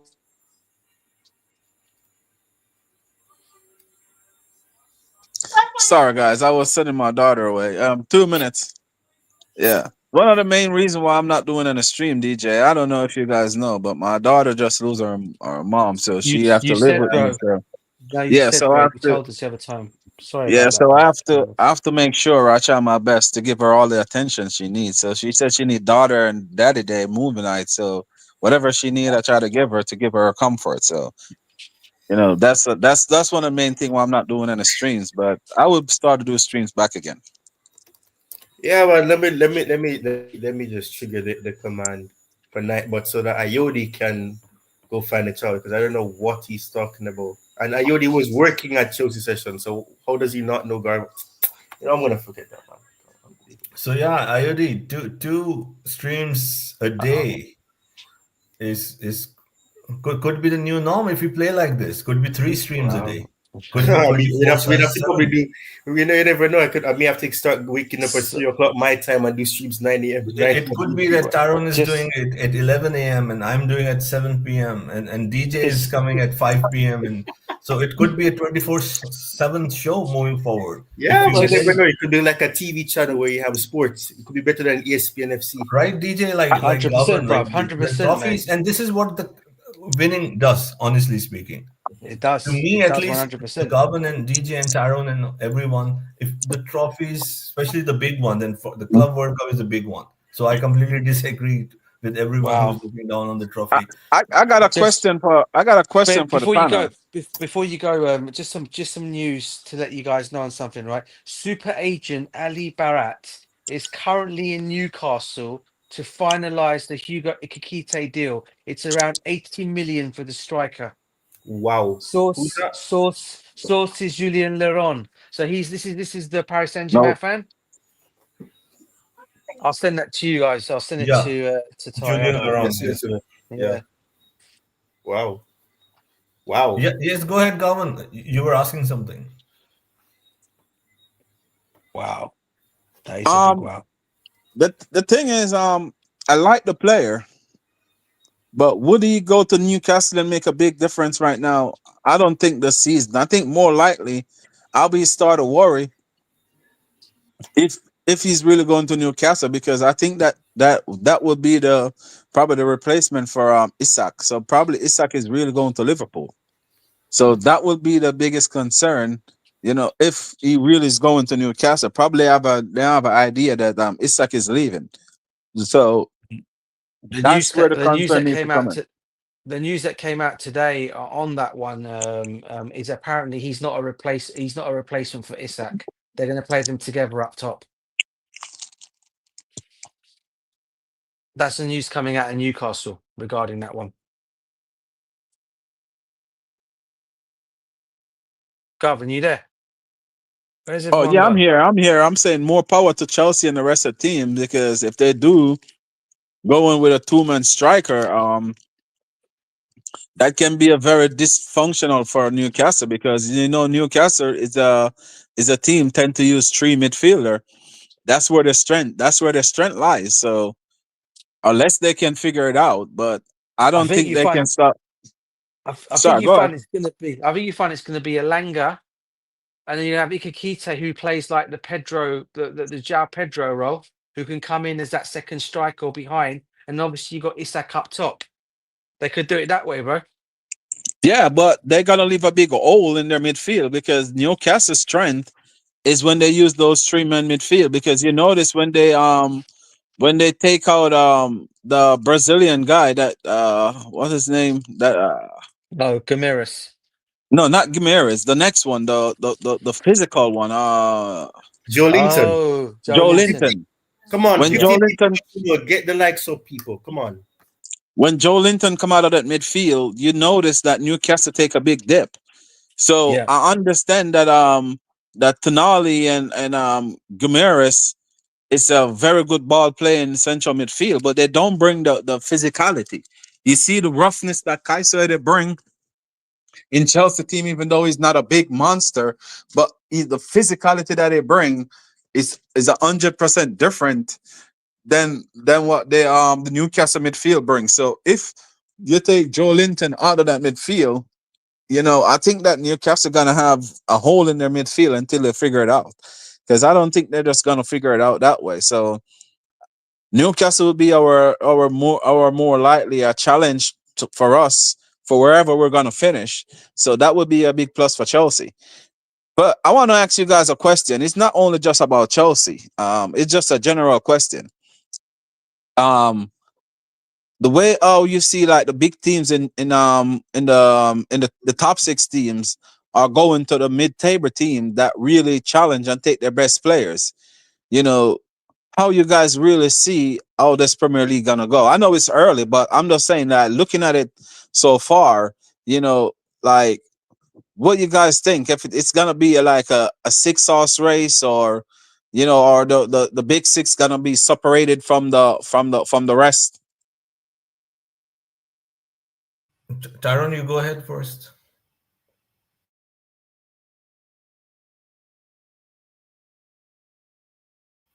Tyrone, are you there? DJ, you can go ahead.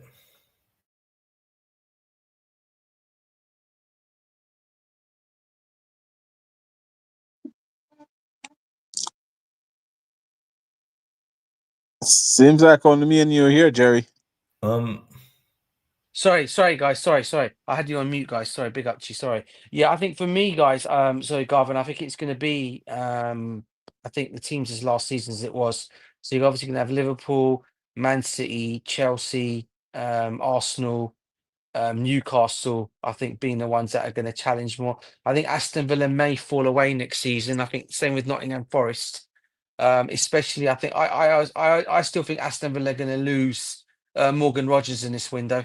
I really do. I think if a substantial offer comes in for him, say from Chelsea, if they want him, I think he may end up coming to us. If we put a right offer in for him, and I think he'll want to come as well. Especially after what you've gone and done last night, and the fact that he's got his two teammates in Delap and Cole Palmer there already. along. That's going to make this move even And easier for Lavia him to too. come. And Lavia. Oh, and let's not forget let's not forget Tosin Adebayo as well. Yeah, all of them.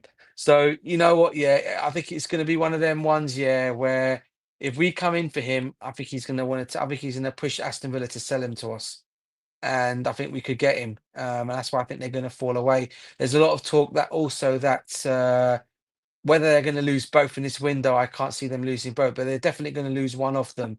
Either Ollie Watkins or Rodgers is going to leave in the summer. And I think that's where Villa are going to lose. Whether they'll be able to get a replacement in because of their PSR rules or whatever rules they're against, I don't know. It's another thing. And I just think Newcastle, if they end up getting Hugo Ekitike, they've already added Alanga to that team. If they can keep hold of Isak as well, they're going to be a team not to be a team that you shouldn't be afraid of, because I think they'll come only stronger next season. And obviously you got Liverpool, Manchester City, and Arsenal. Well, listen, even if Arsenal were to go and get Victor Gyökeres, will that be enough for them? I don't know. You could at the injuries to Saka. Can Saka stay injury free for the whole season? That's another question you got to ask. Is Moni Madueke the guy to come in and help him when he does get injured? That's another question you got to ask. So whether Arsenal have enough in that team, obviously I know they've signed the Spanish midfielder as well. Obviously they've got Kepa and Norgard as well. But is that going to be enough for them? I don't know. It's a question to them, but they'll definitely still be up there. But whether they'll actually be able to win, and I think Chelsea are going to challenge as well next season with what we're doing. And I think the players that are still to come into this team, I wouldn't rule us out from competing as well. We might not win it, but we'll definitely compete.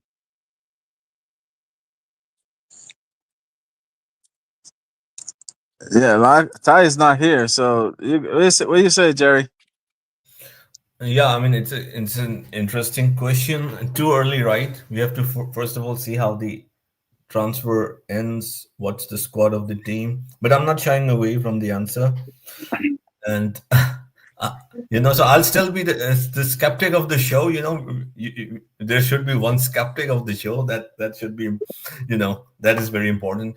I would hope that we are in the title race. Not only that, and win it. I have to see. Like I do have some question marks on, as we were discussing, right, on the 38 game format, the longevity of being consistent from August to May. But we should do that. We have improved. Maresca has shown that he's proactive. These were my criticism. No plan B. And we saw that last season, right? No plan B, right? Same tactics most of the times.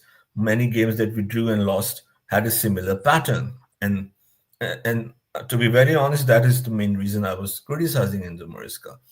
And yes, we were not consistent in the second half of the season.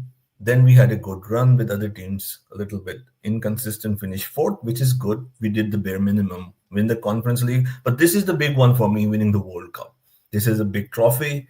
And the way he set up the team, prepared the team against Paris is 10 out of 10, is as good as it can get.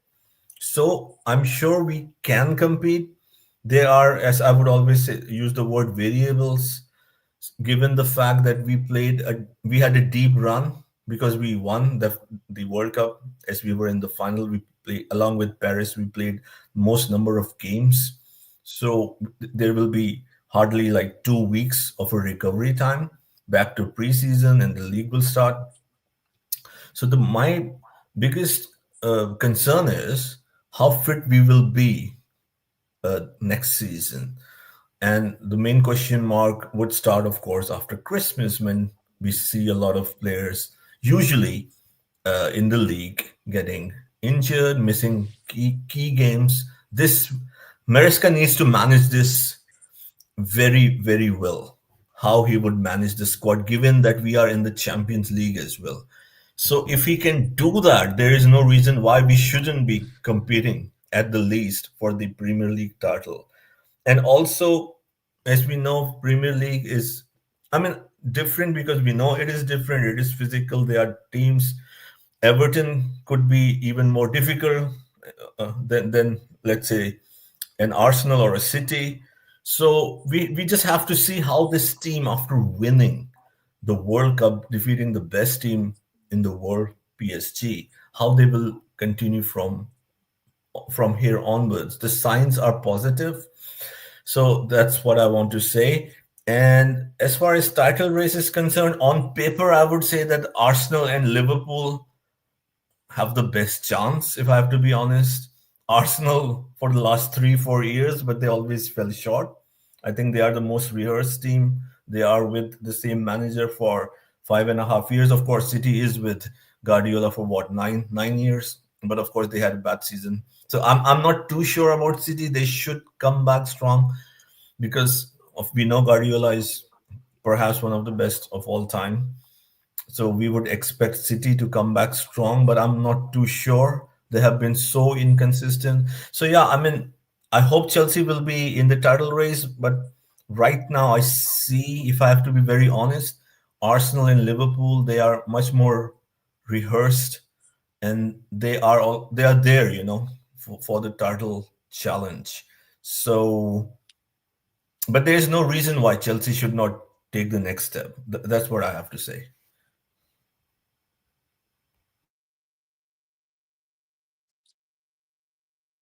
Do you honestly think though, Josie, that Arsenal are actually in a better equipped to win the Premiership than Chelsea are at this moment in time? And also to question to Garvin as I well. mean, To and both that of is you. why we all troll and have the banter that they are with Arteta for 5.5 years. We are with Mariska for 1 year. I'm just saying, right? They are already working on their squad on this project. Let's put it this way. Uh, for years as compared to Chelsea, like they are already in this zone, in this uh, project, building up, building a team around. On the strength of their manager, with the addition every single window. So I think they already have a team and they are very well rehearsed. So if I have to see the squad right now, with more additions that Arsenal have made, so I would say definitely they are in a better shape. Like, this is my opinion again. I'm not saying that they will win the league or they will outperform us, but I'm just saying that Arsenal should be doing that. They should have won the league last year when Man City disappeared, right? So what do you have to say on that, DJ and Gowan? Can I go, DJ? Go for it, bro. Listen, I'm going something different, man. First thing first, okay. I can imagine what that's going to be. First thing first, right? Yeah, go. Last season when we signed Mariska, I told you guys when everyone was saying championship manager, I keep on telling you guys that he's a tactician. He was the one that behind Manchester City tripper. He was the one that was there with Pep Guardiola, and I keep on telling people this. The assistant manager in those the big managers, the assistant managers or coach are the one that definitely put most of the work in on the training pitch. Pep Guardiola don't really do too much, to be quite honest. A lot of these assistants, they're the one that really put a lot of the work in. And for me, I keep on telling people that they're getting the Maresca thing wrong because he was gonna do good in Chelsea. But now, if you look and how we get the team play last season, when we go on those dips and all of those little bad run, it was a learning curve for him to learn his players and to push his players and to fight with his players to learn how to co-op. Right now, we reach a stage where I think this player understand everything that he's doing. If you listen to all these players talk in their press conference, they're confident. Not only that, because not saying that they're only confident, they talk the talk, and now they're walking the walk. So for me, I wouldn't be surprised if Chelsea win the Premier League next season. Not say we're going to win it, but my biggest take on this upcoming season, that a lot of teams now gonna respect Chelsea. Last season and the season before, no one respect Chelsea at all. So that's why everyone come out and think that, oh, they can come and walk over Chelsea. But this season, a lot of teams gonna be careful how they high press us because the way how they see we do Paris. So a lot of team gonna show us a little bit more respect. So now it's just us to learn how to break down low blocks. And once we learn to break down low blocks, which we see in this tournament, the sky's the limit. And I'm telling you, we're gonna have a wonderful season. I'm telling you, it's gonna be a different season from last season and the season before. Because a lot of teams right now, everyone is trying to backtrack and say Chelsea's gonna be great, or Chelsea should be this, or Chelsea should be that. I'm telling you, man, we're up for a magnificent season this season. I'll say amen. DJ, what do you have to say, sir? Yeah, listen, I said it as well. I mean, look, I'm not saying we're gonna go and win the Premiership title. We're gonna win the Prem. All I want to say is I'm expecting us to be better than we were last season. Who's played that? Who's got that music on? No, it's Tyrone is like. Oh, you got it. Oh, is it good? Sorry. Using the studio. Go ahead. I thought it was something else. No. As I was saying, yeah. Look, for me, Tyrone is using all the gimmicks, at this time. That's good. Big up to him for doing that. That's good. Yeah, I think we can go up there and be closer than what we were last season. Do I think we can challenge? Again, it depends. On what we bring in now in the last of this, obviously in the last couple of months of this window. I think if we go and bring in, like I've been saying already, if we can go and bring someone like a Rodrygo in, I think that could be an excellent signing for us. If we can bring in another guy, I still think a goalkeeper for me is one I would still consider. Even though I think Sanchez done brilliant yesterday and give him his flowers for yesterday. But I just think there's still a mistake in him. And that could cost us in big games. It could cost us in a massive game. But other than that, listen, if we can get that and another centre back, I think we're ready. I think we can go all the way. I think we can challenge. I really do. I really think we can actually challenge. I think we can do. Okay. So, yeah, please go ahead if you're continuing. Sorry about that. No, that's it, bro. That's it. I think we can challenge. Yeah, for sure. If we get the right plays in. 100%. The players that I think I've just said already in them positions, and they're good players. I think we can challenge for sure, and have a great season. No, that's an interesting take. And the best thing is that we are all positive. We are positive. We see things a little bit maybe differently, but that's the beauty, right? But we are all positive that we are hopefully moving in the right direction. So I'm not sure if Garvin's still here, but anyway, so I was just asking the last question anyway. So Darren requested me to, Garvin is back, so that's great. So so Tyrone requested me to ask maybe one delicious question, and then we'll end up the stream. So I would just ask, like, on top of my head right now, that we won the World Cup, right? So what's the message for the Chelsea fans? But that's one question I used to ask a lot in my streams when I was doing that. What's the message for the Chelsea fans, right? Like, we have to be level-headed, right? So what's the message? And as Garvin was discussing, as all of us were discussing, all this toxic, elements of like reacting if you win a game. That's another different perspective from the fans. If you lose the game, we'll get relegated. As Garvin said, we should go back to the days. I 100% concur. Enjoy football, enjoy the win, and enjoy even the loss. I used to say that, even enjoy the suffering, because that's a part of the process. So anyway, Garvin, I would just say we won the World Cup. A lot of course, rival fans, but more than that, the pundits, the so-called people in the industry, they're looking down at us for not acknowledging this accomplishment. What is your message to the Chelsea fans? My last words, before I go, but this is one thing I'm gonna say to the Chelsea fan. Stick together. Let's cheer on the team, because everyone doubt us. So what I need Chelsea fan to do right now is show only positivity on every social media. You know, show that, let the players see that we're together and we're behind them. Help them to cross, because they're seeing the social media. Because if we listen what Cole Palmer said, that a lot of people were talking shit about us, you know, and now we do it. So that to show you that they're seeing the talks, they're not making it affect them. But I'm saying, like, let the players see that the fan base are together. Help push them, let them know that yes, you guys can go on and do it. Because my biggest thing is, I would love for Chelsea to win this season, and I'm gonna say we're gonna win this season because that's exactly what I want. I need Chelsea to win the Premier League this season to show them that, you know, a lot of people doubted us and said we're too young and no young team ever win the Premier League. But I need Chelsea to be the youngest team to ever win the Premier League, to show them that age doesn't matter. You know, age is just a number. There's nothing wrong with age. You know, it doesn't matter how young you are or how old you are. As long as you put your mind to it, you can do it.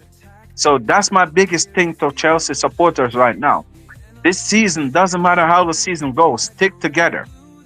Try to be positive and help the players so we can cross the line this season. Because that's what I need. I need Chelsea to lift the Premier League this season.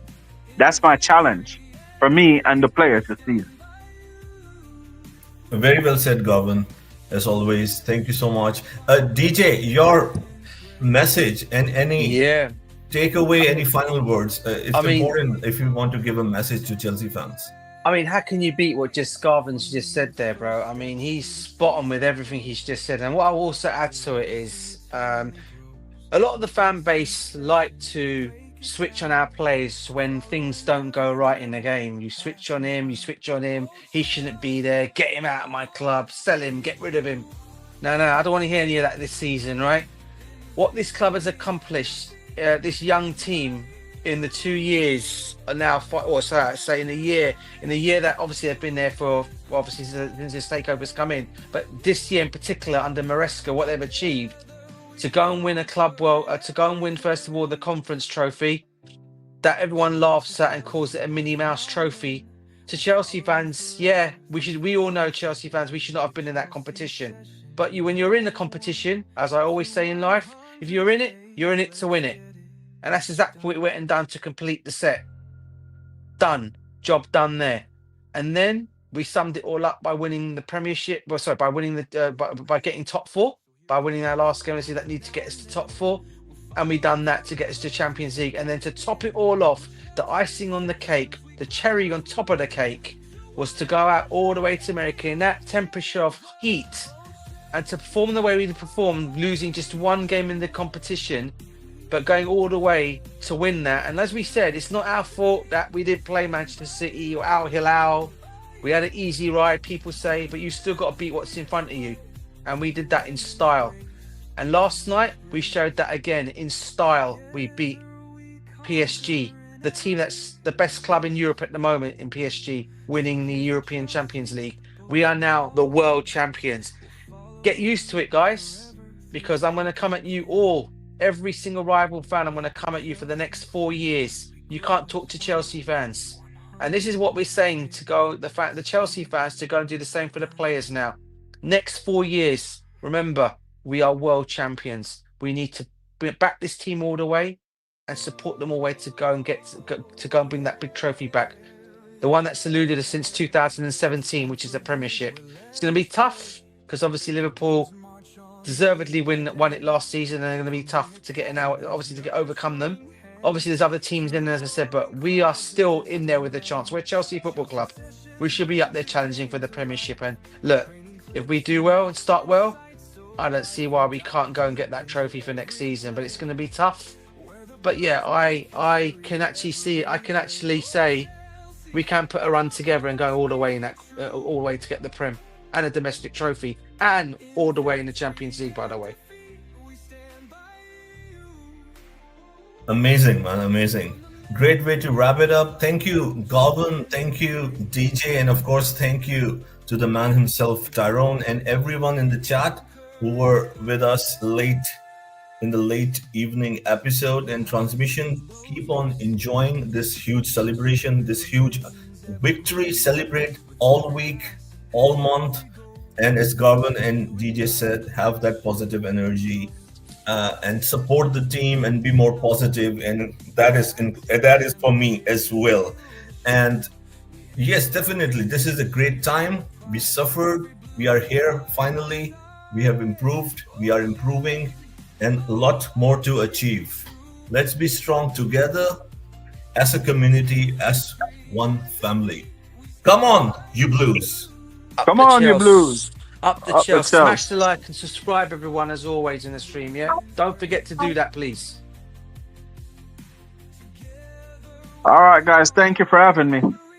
Absolutely, like and subscribe. Peace, guys. Take care. Please like and subscribe. All right, bro. Take care. It takes a second or two, but really helps the channel. It really helps the channel immensely. Thank you again. Thank you, guys. Come on, you Blues. Our hearts beat true.